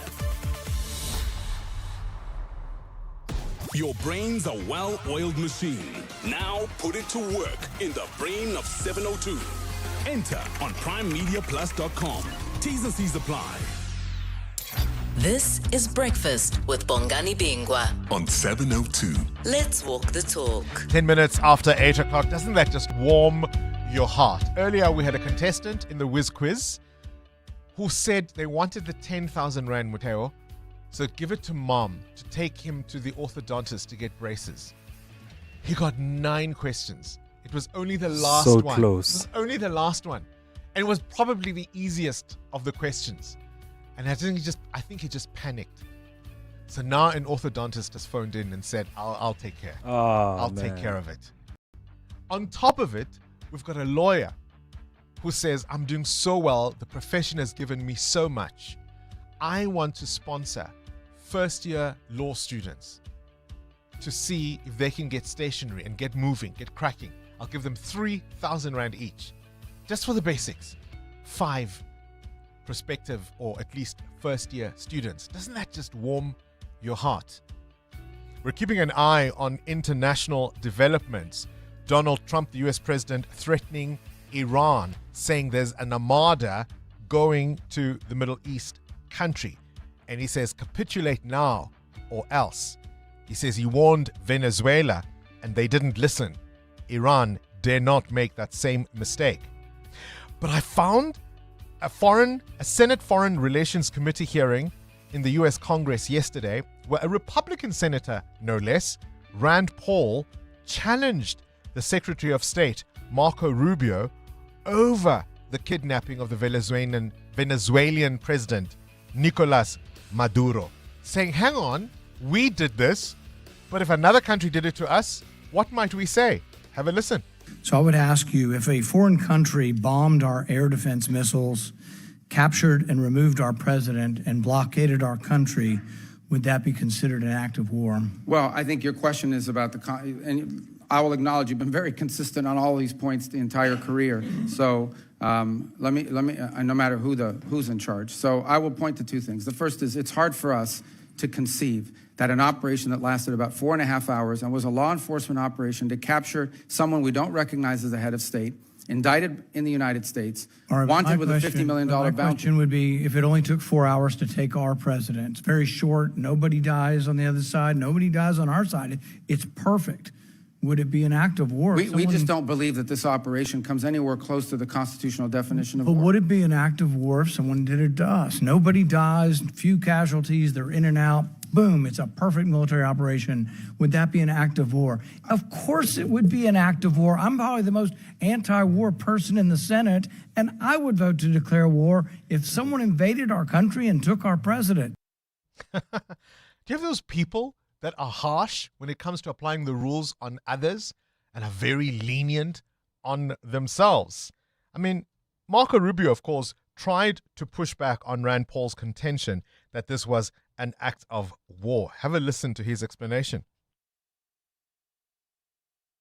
Look, I think ultimately we're always going to act in our national interest. And so if somebody comes after our national interest, like the case you've described, which obviously does not exist at this time, but the case you've described, the U.S. always has the right to act in its national interest and to protect itself. So really I don't know about this equivalency. Well, does this justify them doing it? We're always going to do what's best for the United States and America. We're always going to protect our system. Yeah, always what's best for America, but nobody else do that, right? We'll follow what's in our national security interest, but don't you dare try the same. This is Breakfast with Bongani Bingwa on 702. Let's walk the talk. On the tourism debate, a text has come through. Someone says, I agree with Auntie Pat on this one. All my middle-class Mozambican friends visit Joburg and Cape Town and often spend tons of cash here. Look at Nelspruit. Their biggest market, as far as I can tell, is probably Mozambique. Mozambicans here for regular shopping day trips. And I suppose the argument here is that, look, whilst it's nice to have visitors from China, India, the EU, and the US, those places are far from us. Why aren't we mining our neighbors who are eager to come here, but to sleep on that market just because we think some of them are not going to leave the country? Perhaps would be a misstep. You're with Bongani Bingwa on 702. Taking your calls on 011-883-0702. Oh my goodness. Oh, this day. Look who's called us. Right, so earlier I told you we played the Whiz quiz with young Dinashe, who wanted to win the 10,000 Rand so he could give that money to mom to take him to the orthodontist to get braces. An orthodontist has called in and offered to take care of his dentistry because, of course, he won 900 and not the full 10,000 Rand. Dinashe's mom, Lerato, is on the line. Lerato, how does all of this make you feel, hey? Hi, Bongani. I'm so happy. I'm so happy. I wish he could have heard the voice note from the dentist, from the orthodontist, before I dropped him off. I'm happy. He's a little bit sad wherever he is that he didn't get the full 10,000 Rands. Oh, shame, I'm man. over the moon. I think he panicked a little because he answered some far trickier questions correctly earlier. I think he just got nervous in the end. But oh, please give him a big hug from us. We were really rooting for him. I was getting more excited with each question. So listen, his dentistry is going to be taken care of. How does that make you feel? I'm over the moon. With that fact, I'm over the moon. I'll tell you why. Because the sister has overcrowding on the lower jaw, and I tried to do the salad matlaka route. It's been 2 years. And I said to Tinashe, you know what, I'm going to save money so that we can start with your orthodontist treatment earlier than your sister. Because he has an overbite. So, I'm still catching my breath because I'm so excited. Man. Listen, we're going to stay in touch. When this news came, I was like, oh my gosh. Day made, hey? Day made. Tell you what, Lerato, we're going to stay in touch. We want to be part of Dinashe's journey to get his braces and to reset his teeth. And we'll certainly keep in touch and keep an eye on the progress made, hey? Congratulations. Hallelujah. Congratulations and our big thanks. Thank you to the dentist, to the orthodontist that's offering. Dr. Mushao. Dr. Mushao. Thank you very much. That's Lerato in Kagiso, Tinashe's mom. Isn't that a heartwarming story? We've also on the line, we've also got Fezi, where remember she sent us a voice note a little earlier on. She's a lawyer who says the profession has been kind to her, and so she wants to encourage others who are entering it, first-year students, law students. She's offered 5 giveaways of 3,000 Rand each to sponsor stationery for first-year students, and I think that's absolutely fantastic. Fezi, a very good morning to you. Good morning, Bongani and the 702 listeners. Thank you so much for your offer. You are offering 5 2,000 Rand vouchers for books and stationery to help deserving matriculants who want to pursue a career in law. That is correct, Bongani. In fact, I have increased the number from 5 students to 10 students. No way. 10 students now. 10 students. Each voucher is valued at 3,000 Rand. Oh my goodness, Feziwe. That's awesome. That's absolutely fantastic. Thank you so much. What moved you to step in and do this? Bongani, I was inspired by my own lived experience as a law student. Books are very, very expensive and are essential foundation to legal education and academic excellence. And at times you will end up settling for second-hand books which are outdated. So this program is intended at supporting students at a critical stage as they enter the field and remove any financial barriers to legal education and promote academic excellence. That's absolutely fantastic. I mean, if you go back to your own career, you talk about your lived experience, right? What do you remember most about how tough those early years can be? What I remember most is when you go back to school in January and you go to Van Skyk, the bookshop, and they give you a quotation, and you realize how expensive these books are. And at times your parents won't afford to buy you all the books that you needed, and at times you'll have to buy the second-hand one, which were outdated, and some of them were highlighted, and they were used by previous students. So it was a bit of a frustration, and it can hinder your ability to perform very well at varsity. And now look at you. You are the director and founder of your own firm. Yes. What is your firm called? My firm is called Heartwarming Attorneys. We are based in Pretoria East, and we also have an office in Melrose Arch. Heartwarming Attorneys. Fezwe Heartwarming, listen, we're really appreciating your generosity here. And we said earlier, for those of you who want to take up the offer, if you're a first-year student or you know a first-year student studying law, we now have these vouchers, 10 of them up for grabs. They're worth 3,000 Rand each. You can simply email our producer, Siamtanda M @primemedia.co.za. So that's Siamtanda M for mother @primemedia.co.za. Fezwe Heartwarming, appreciating your generosity there, the founder and director of Heartwarming Attorneys. I don't know what I'm going to do with myself. I'm so happy. Good morning, 702 lenders and bongs. Big up to Dr. Moshao. You know, I am not very ashamed to be associated with 702. Tabang from Krugersdorp. Big up Bongani and the team. Wow, we have great people out there. Not everyone is bad. Thank you, Bongani. Jimmy here from Vosloorus. Tinashe. Wow. That's lovely news, man. No, it got me stressed. I normally have a minor headache when I have something I'm thinking of and it's not clearing in my mind. Tinashe has been on my mind. Shame, man. It was for a good cause. Thank you to the doctor. Such a good way to continue the day. Oh, Bongani and the team. You gotta love 702 lenders. What a beautiful Thursday to wake up to. Guys, 702, you are delicious. Tango, this is Talom, live from Tafelkop in Limpopo. This is so heartwarming. It's Belinda. What beautiful stories from our community in 702 land, giving back. So joyful. What a great way to start the day. We've got great South African citizens. Right? I want to go home now. I think that's it. Where's Clement?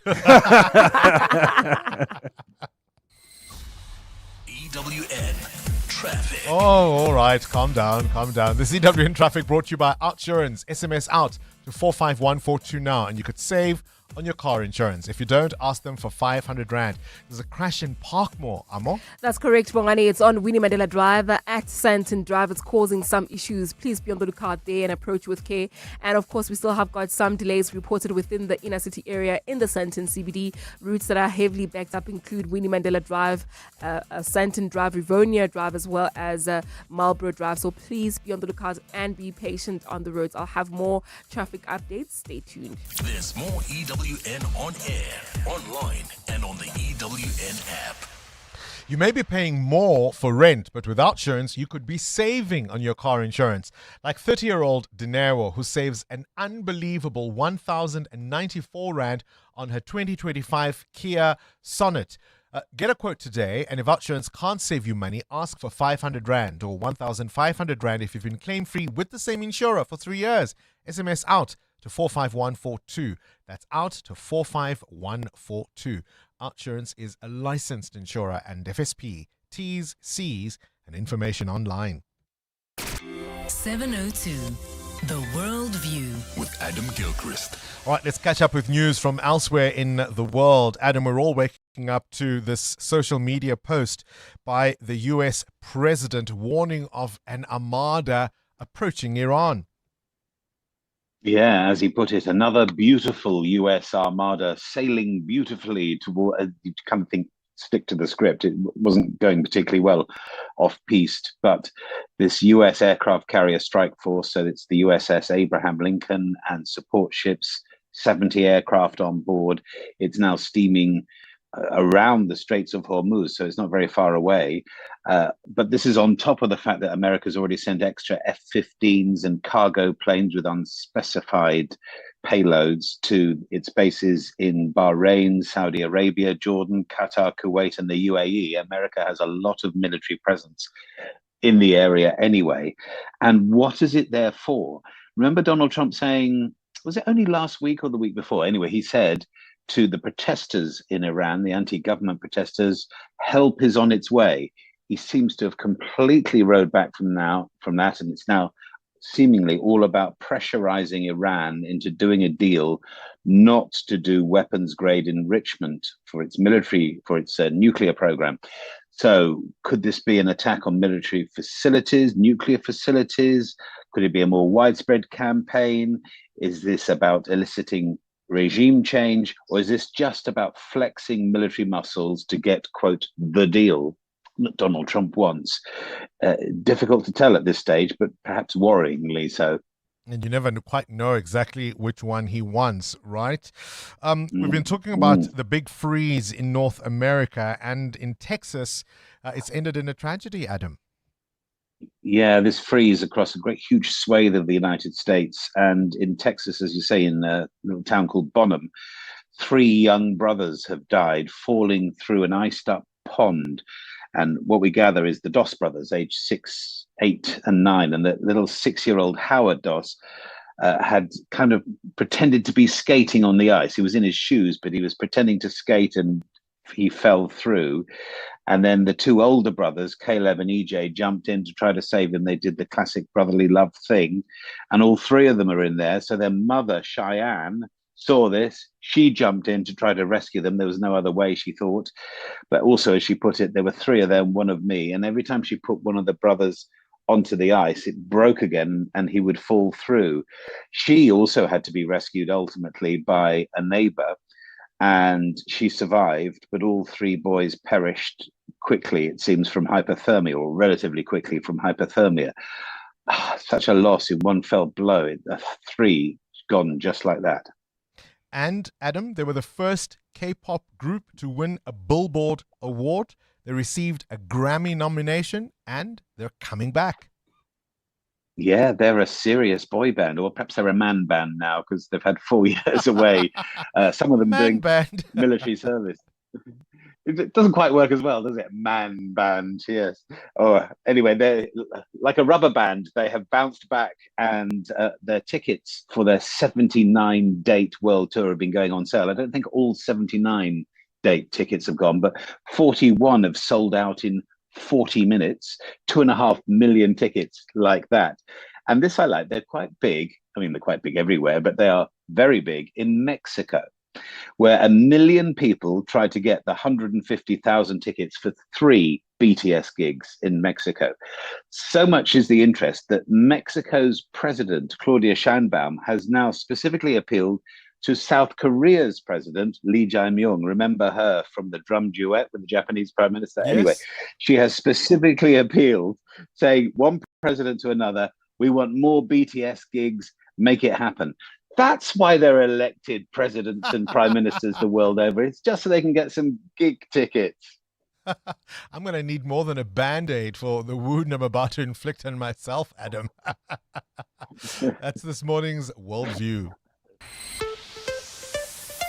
EWN Business. 28 after 8, final business update for the morning. Mutero Khwaripe, Amazon's second round of job cuts is going to see about 16,000 corporate employees let go. Yeah, Amazon.com will terminate about 16,000 corporate employees, intensifying efforts to streamline bureaucracy and rising competition over artificial intelligence. The company will offer US-based employees 90 days to search for a new role internally, as well as severance and other transition support. The eliminations take Amazon's announced job cuts to 30,000 in 3 months after an initial wave in October. Now, last year, Chief Executive Officer Andy Jassy warned employees that AI will shrink the workforce as Amazon automates more of its operations. While the company employed about 1.5 million people as of September last year, most of them work in warehouses. The corporate workforce comprises about 350,000 personnel, meaning 4.6% of them will have been let go. Here's what's difficult to swallow about all of that. The owner of Amazon, Jeff Bezos, last year was earning an estimated $78.8 million a day. The profits are the profits. A day. The profits are the profits. No. A day. Not a year. A day. He earned $26 billion last year. So you're asking if you couldn't have spared that to save jobs. Guys, right? $26 billion to one guy. And is laying off 16,000 employees. You do the maths about whether or not this is fair. Big decision by the central bank this afternoon. All eyes on the Gov. Yeah, the South African Reserve Bank's first meeting has split analysts and traders about how the decision will go. As the central bank targets a 3% inflation, some say it will hold rates while others are expecting a 25 basis point cut. Economists were narrowly split with 13 in a Bloomberg survey expecting Governor Lesija Kganyago's Monetary Policy Committee to keep the benchmark rate at 6.75% with the prime lending rate at 10.25%. While 11 anticipating a 25 basis point reduction. Those are the ones I'm swaying with. Traders were also divided. Forward rate agreements used to speculate on borrowing costs implied a 52% chance of a 25 basis point cut this afternoon. Guess which side I'm on, because tomorrow I want to quote that old movie that says, "Oh, Governor, you really spoil us, don't you, Governor?" Cut. "Oh, Governor, spoil us, Governor." Where's the rand? 15.65 against the US dollar at this point, 18 rand 75 against the euro, and at 21 rand 66 cents against the British pound. Price of gold is now up more than 3% at $5,583 an ounce, while platinum is up 3% at $2,780. Brent crude at $68.09 a barrel. Stephen Crotus with more analysis later this afternoon. Oh, thank you, Governor. Thank you, Governor. Right, straight to the news desk we go. Mbali Dlamini, you've got a very serious story from the Western Cape. That's correct, Bongani. A very good morning. 4 people have been taken in for questioning in connection with the murder of 3 men at the Gordons Bay Mall parking lot. Police say this forms part of the probe into the deadly Tuesday evening shooting. 3 men were shot and killed when unknown gunmen approached and fired at their vehicle this week. Preliminary investigations suggest the killings may have been gang-related. Police spokesperson Ndake Gwala says the case is still under investigation. 4 people of interest have been taken in for questioning following the murder of 3 men at a mall in Gordons Bay. No arrest has been made yet. 11 Western Cape anti-gang unit members are set to appear in the Athlone Magistrates Court today for the alleged murder of a Manenberg resident Wade Price. Price was arrested in December and died after allegedly being suffocated while being interrogated about a murder a week before his death. 10 of the accused were denied bail just before Christmas last year, while another was released with strict instructions to stay out of Manenberg. Carlo Peterson has more. Manenberg resident Wade Price was arrested on the 4th of December last year to be interrogated about a murder outside Athlone Magistrates Court. Police allege Price complained of an earache and collapsed, but an IPID investigation later determined he died of unnatural causes. Lawyer for the 11 accused, Bruce Hendricks, says the state is expected to provide an update on its investigation when the matter proceeds today. Also the big question whether they finally have obtained the post-mortem report. Hendricks says he will also attend a Western Cape High Court hearing on Friday to appeal the decision to deny his client's bail. Carlo Peterson, Eyewitness News. We shift our focus to this now. Stats SA says more than 1,500 South African businesses closed their doors in 2025. This is 17 less liquidations seen during the year under review compared with 2024, representing a 1.1% drop. Stats SA released the December liquidation figures yesterday, concluding the results for the 2025 calendar year. Principal survey statistician at Stats SA, Onika Mushwana. The 1,534 liquidations in 2025 included 193 compulsory liquidations and 1,341 voluntary liquidations. Broken down by the type of institution, 836 companies and 698 closed corporations closed their doors in 2025. Mushwana says the number of company closures declined by 15 cases in 2025. The number of liquidations by closed corporations declined by 2 cases over the same period. And in the U.S., 2 immigration agents involved in the fatal shooting of a civilian in Minneapolis have been placed on leave. Alex Pretty was shot multiple times after being forced to the ground by camouflaged officers in a scuffle captured on video. His death has sparked demonstrations in Minneapolis, with residents calling for an end to the immigration crackdown. On Tuesday, President Donald Trump said he wanted to de-escalate the situation a little bit. He has been facing backlash over the decision to deploy immigration officers to the city. A partly cloudy Thursday in store for Gauteng, with scattered thundershowers expected. Temperatures will peak at highs of between 27 and 30 degrees. And in the traffic, we've got delays on the M1 South between the Baku interchange and Corlett Drive, also queuing traffic along the N1 North leaving Diepkloof. This is due to an accident right near the Golden Highway causing delays. The top story in EWN: 4 people have been taken in for questioning in connection with the murder of 3 men at the Gordons Bay Mall parking lot.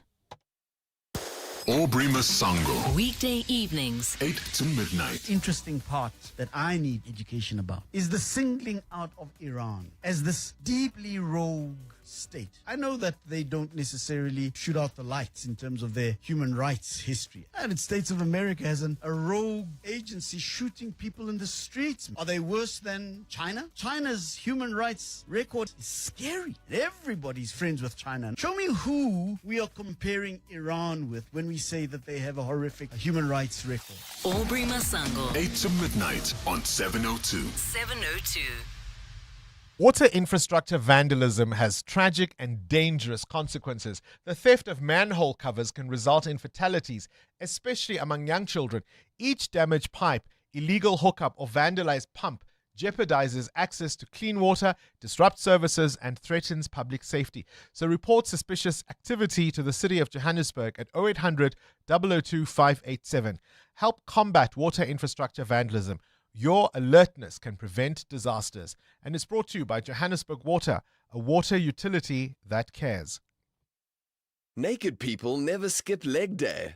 Because naked people spend less time on insurance admin, they've got more time for lunges and Romanian deadlifts.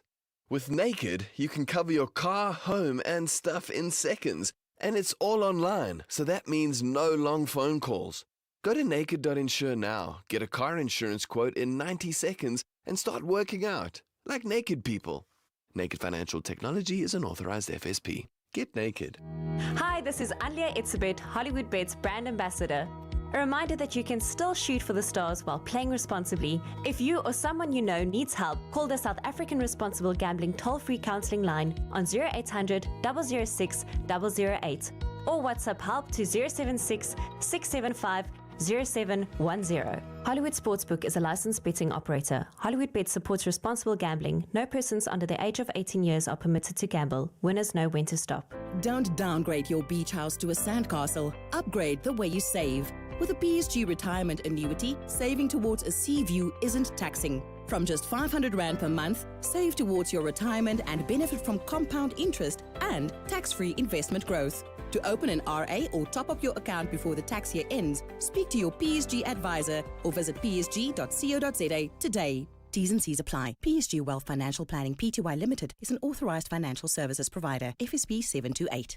Across South Africa, thousands of learners face the daily reality of period poverty. So the Dis-Chem Foundation's Million Comforts campaign has been working to change that. They're making sanitary products accessible in schools. And it's a program that has helped learners show up with confidence and to stay focused in class. So today they're going to be on the afternoon drive with John Perlman, and they're going to be talking about what's next for the Million Comforts campaign. You can hear about how new partnerships are going to expand the program into new areas. So now they're going to focus on hygiene education, health services, mentorship, life skills training, career guidance for both girls and boys. It's happening today on Afternoon Drive with John Perlman. The Dis-Chem Foundation, caring for the community. Every swipe counts. 702. WhatsApp Bongani on 072 702 1702. Good morning, Bongani. This is Gordon in Boxburg here. Bongani, listening to General Sinona yesterday, I was appalled. I've never... Well, I probably have, but that guy is such a liar. He is such a biggest liar. I've never heard someone say, I don't remember, I don't know, I can't recall, whatever. You know, there's nothing that he knows, or, you know, it's honestly, Bongani, I don't know how that guy is, and it worries me that he is actually the head of the Hawks in KZN. It is really appalling. And another thing, Bongani, who is this Stephen Mutsumi?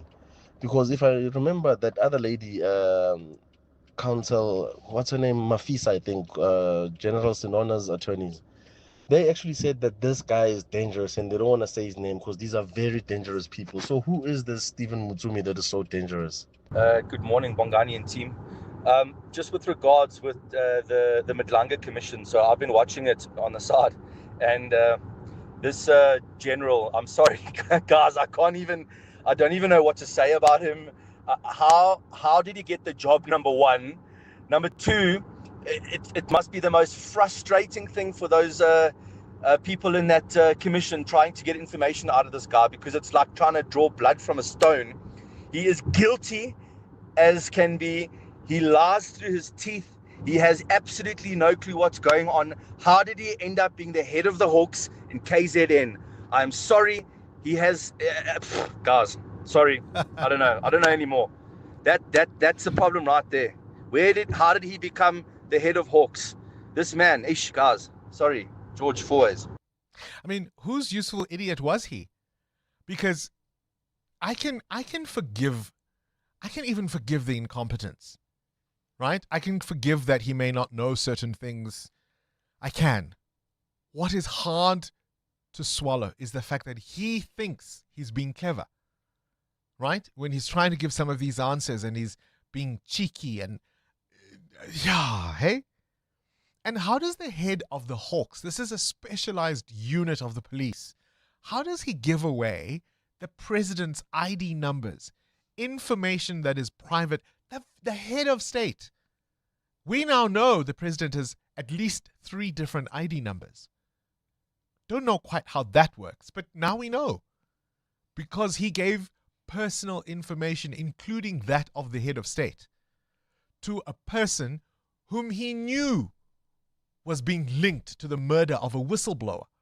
And even afterwards, he continued the relationship. And then he tries to be clever in answering it yesterday. And he didn't succeed. And that's the head of the Hawks in KZN. And you wonder why we have such high crime levels, right? Oh my God, what a beautiful morning, honestly. I mean, the Brady kid, I was like holding my breath so that she win the 10K.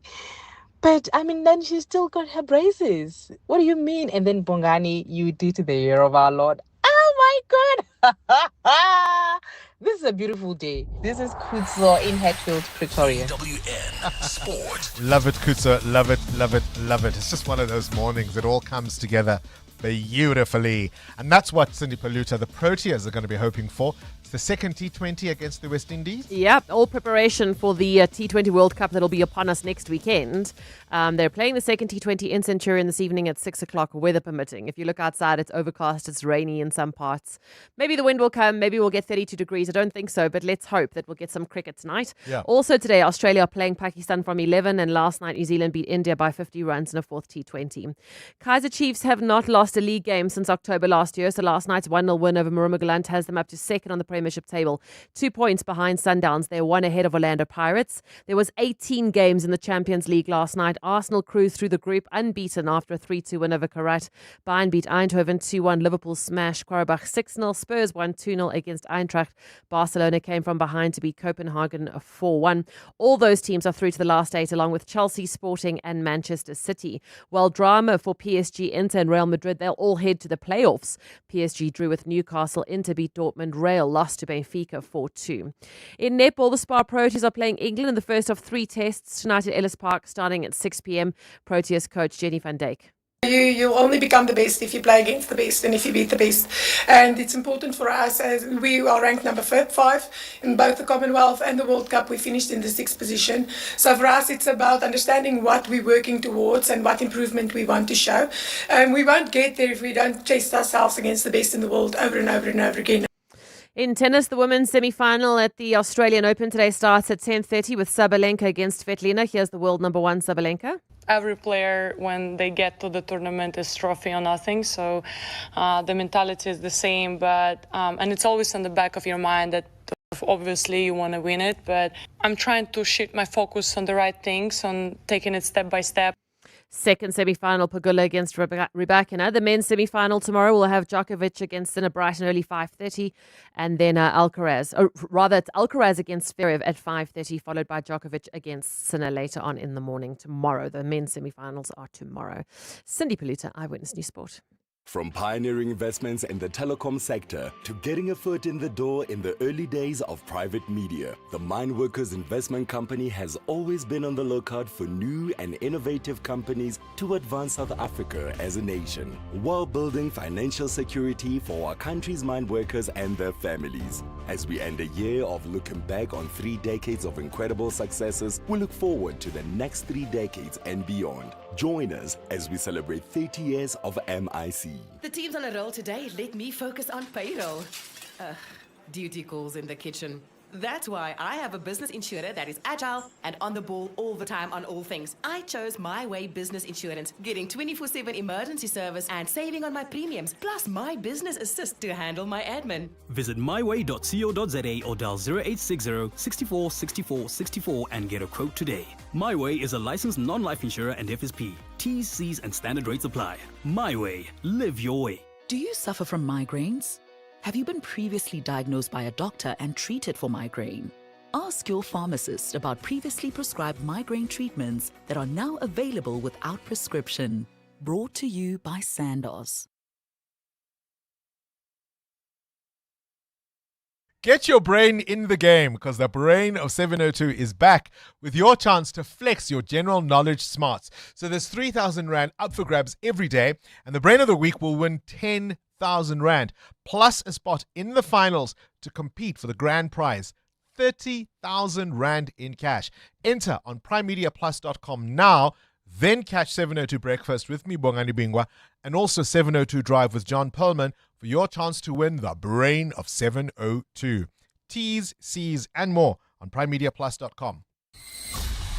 EWN Traffic. Let's wrap up the morning's traffic. It's 13 to 9. Amo? Well, Bongani, if you are leaving Eldorado Park at this particular moment, you might want to avoid the N1 North heavily backed up there due to an earlier accident coming out of the N12 exit. About a 20-minute hold up there. Please try to use alternative routes like the Golden Highway. And then if you're traveling towards the Joburg CBD, estimate about 30 minutes for your time of arrival if you are still on the Mike 1 North between Boysons and Carr Street. There's also queuing traffic on the M2 West between Heidelberg Road and the Crown turn off. If you're traveling towards Sandton, heavy traffic volumes on the M1 South between the Baklu interchange and Grayston Drive. More updates coming up at the top of the hour. Stay tuned. There's more EWN on air, online, and on the EWN app. Different sounds, different worlds. Different artistic expressions, music, art, and fashion collide. Are you coming? Let's go to the place where the beat drops, the fashion pops, and the art rocks.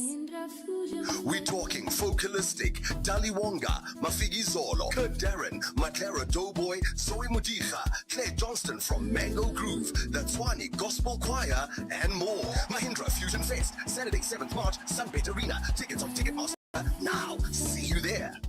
When choosing a medical aid, look carefully at the benefits. Like the benefit of cover that does more than just pay a claim. It pays you for living healthier. With the Personal Health Fund from Discovery Health Medical Scheme. The benefit of checkups, dental visits, and healthy choices, earning you up to 20,000 Rand on top of your medical savings account for day-to-day healthcare.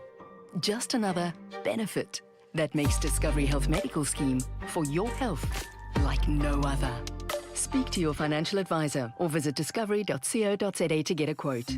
Discovery Health Medical Scheme is a registered medical scheme. Hi, this is Carol Shabalala, Hollywood Bet's brand ambassador. It's more fun when it's for fun. Playing responsibly is always a winning strategy. If you or someone you know needs help, call the South African Responsible Gambling toll-free counseling line on 0800 006 008 or WhatsApp help to 076 675 0710. Hollywood Sportsbook is a licensed betting operator. Hollywood Bet supports responsible gambling. No persons under the age of 18 years are permitted to gamble. Winners know when to stop. Coming up on the Clement Manyatela Show on 702. 10 to 9, the Clement Manyatela Show, of course, between 9 and 12. Now, it's a Thursday, and there's something you used to do that you don't do any longer. Firstly, tell us what's on the open line, and then I'll explain. Can I tell the listeners how great your two-piece is this morning? Can you what's on the guys? Go on YouTube. Surely not going to be go on discussing. YouTube and watch what Bongani is wearing. He's wearing a very nice two-piece, a very short. You know, it's still summer. It is. What's on the open line? On the open line, Focus. we're gonna start with the case that on Hawks Head, Lesser Sinona. I don't understand why this man is still on the job. So we'll start with that. For me, it's the fact that he thinks he's clever. Do you think he thinks he's clever? I think he does. Then he's got that woeful lawyer. Oh, my goodness. Right? Remember Yeah. yesterday when she was arguing and the judge was like, well, if that's your position, that makes it even worse for him. It does. So we're going to be asking that. Why is the commission not recommending? Because they've got the power to do that. They can recommend like what precautionary suspensions can happen while the investigations continue. Maybe that'll be in the next interim report. Maybe, yeah. Oh, even the SAPS. Why is the SAPS not acting? Ekurhuleni has already acted. They suspended their head of legal. They suspended Julius Mkonazi. Why is the SAPS looking at the conduct of their officers and they're chilling and thinking, let's just see how this is going to pan out? Now, at 10 o'clock, you have the hanging out feature. Abraham. Now, Is that what I don't do anymore? You used to make me guess. And just as I was about... Did you hear who it is? Yes. Who? Ubani. I don't know. Abraham? Yes. Who's Abraham? Yeah. Who was your former Father boss? Abraham. Father Your Abraham. former boss. That's going to be... Randall. Yeah, so I'm going to do that from next week with you. I'll go back Thank to doing you. that, making you guess. So today we're hanging out with Randall Abrahams at 10 o'clock. And then at 11 o'clock, we do our Thursday dialogue. We're going to be discussing how to make Leonard transport safer. I'm going to bring in the Department of Transport, the schools, and of course, the scholar transport organizations, because we need to find a solution. Otherwise, we're just going to be reactive all the time. Clement Manyatela between 9 and 12. Are your nails discolored, brittle, crumbly, or appear ragged? Are they thickened or starting to lift off the nail bed? You may have a fungal nail infection, which can lead to discomfort, limit your activities, and have a negative impact on your social life because of the embarrassment. New Turbane Nail treats fungal nail infections by directly killing the fungus. It requires no filing before application and dries in about 30 seconds once applied. Ask your pharmacist about New Turbane Nail and say goodbye to fungal nail infections. This week, 31 January, BYD invites you to drive the dream, because progress should be drivable. From your first car to growing your family, or just wanting to explore the open roads, there's a BYD designed for your journey. Join BYD dealerships nationwide and stand a chance to win one of 10 BYD Dream experiences to the value of 20,000 Rand. BYD is powering your journey 1 kilowatt at a time. Book your test drive at your nearest BYD dealership. BYD, build your dreams. T's and C's apply. It was actually a flawless process. It definitely pays to switch. I wish we had done it sooner. Outsurance business insurance clients know that it pays to switch. And did you know, when you claim, your excess is a fixed amount, not a percentage of the claim. For beauty salons, convenience stores, and all other businesses. Get a quote today and see why it pays to switch to Outsurance business insurance. Visit outsurance.co.za or call 08600 60,000 today. Licensed insurance and FSP. TCs and information online. This is Breakfast with Bongani Bingwa on 702. Let's walk the talk. 6 minutes to 9. We've already told you, of course, the Market Theatre is turning 50. 5 decades of bold storytelling, fearless voices, and plays that didn't just entertain, but have helped tell the South African story. We're joined now by the Market Theatre's Chief Operating Officer, Likheto Makola, to unpack why this year matters and why these anniversary initiatives are building opportunity beyond the stage. Likheto, very good morning to you and welcome to 702 Breakfast. Good morning, Bongani, and good morning to our fantastic listeners. I mentioned the other day, as I was thinking about this, I remember it wasn't long ago. It feels to me anyway, about 10 years ago when the market was celebrating 40 years. Mm-hmm. And I remember interviewing John Gani and Sandra Prinsloo at the theatre, and they were talking about their plays and the work they've done on the Market Theatre stage. The Market Theatre is an institution in South Africa, is it not? It's a very, very important exemplary institution that always had and maintained this dynamic, agile, and compelling artistic vision and mission over the many, many years. And then we need to acknowledge the fact that this was supported by a solid, leadership, administration, and a good governance. And those are important elements of sustaining such type of impactful artistic work, yes. It's often called the theatre of the struggle, but it would be remiss to think of the Market Theatre as only about the past. It's very much about the present and the future. The Market Theatre always, like I've mentioned, the agility, the artistic vision and mission responds to the now. And as we respond to the now, we begin to define and reimagine the future through what we curate on our stages. And also beyond our stages, because we have gallery spaces, we have public programs where some of these engagements find meaning and impact in society and in community. Is it still fair to think of theatre as being elitist? It is unfair, and I think we need to understand the concept of theatre beyond it being an indoor. I think across the continent, theatre is practiced almost weekly in open spaces. And our future at the market is to begin to translate that idea of theatre being a community practice, being a cultural practice that is embedded in society.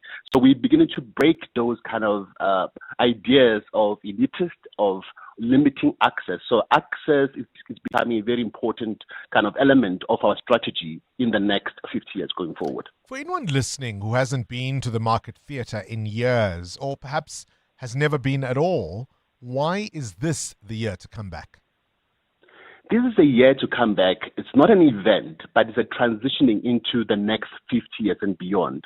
And the important, I think, element to it is for us to see Johannesburg as a very important landscape and geography within Gauteng and South Africa, and how the Market Theatre can play the role of really reigniting the brand of Johannesburg and its cultural significance. So the market holds memory of the inner city for the past 50 years. And through its memory and story and what we present on stages as beginning to redefine the future, incorporating young and youth and emerging practitioners into the space, it becomes a hive of energy, of storytelling, but also of information and excitement and meeting new people. So we encourage people to really come in for that experience rather than just come in to see an event, but to share, to engage, and to create relationships. And of course, this anniversary is also going to come with specific initiatives. What are some of the key rollouts for the 50th year?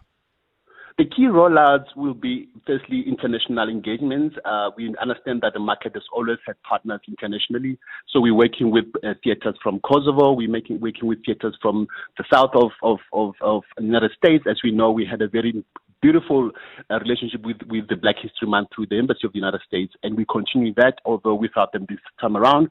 We're looking at activating student productions in this year, but also beginning to revisit some of our classic show productions that we had in the past.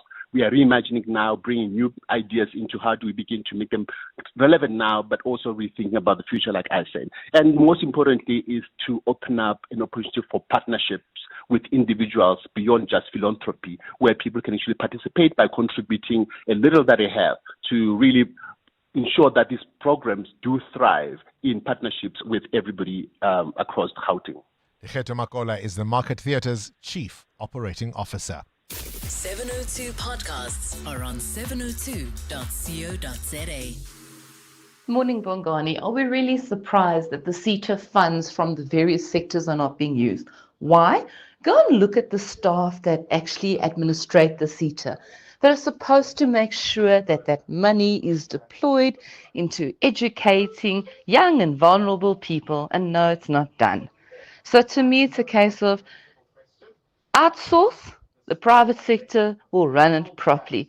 Anything that's government, oh my word, money just goes to salaries, we hire incompetent people, cadre deployment, and on it goes. I think that's a sentiment many people might agree with. But that brings us to the end of this edition of 702 Breakfast. Feel free, of course, to continue your comments, your WhatsApp voice notes throughout the day. Your next opportunity is on the open line because the Clement Manyatela show starts now. This is EWN. Good morning, I'm Bali Dlamini. The Tshwane municipality has received a qualified audit opinion with findings. This comes as the metro's unauthorized, irregular, fruitless and wasteful expenditure climbs to over 5 billion rand. As the metro's unauthorized, irregular, fruitless and wasteful expenditure climbs to over 5 billion rand. A qualified audit opinion means there are misstatements in the entity's financial statements. The Auditor General's report for the 2024-2025 financial year is expected to be tabled today before the Tshwane Council. Tabiso Goba reports. A clean audit continues to be elusive for the Tshwane municipality, with its last unqualified audit opinion coming in the 2020-2021 financial year. The latest audit report presents a mixed bag of results for the municipality. The AG has commended the municipality for reducing its qualification areas from 6 to 2. However, some historical problems continue to persist for the capital. The AG says the municipality currently has no effective system for internal control of its assets. It says the municipality failed to take reasonable steps in preventing the over 5 billion rand in unauthorized, irregular, fruitless and wasteful expenditure. Some of this can be attributed to overspending on non-cash items, incurring interest on late payments and contract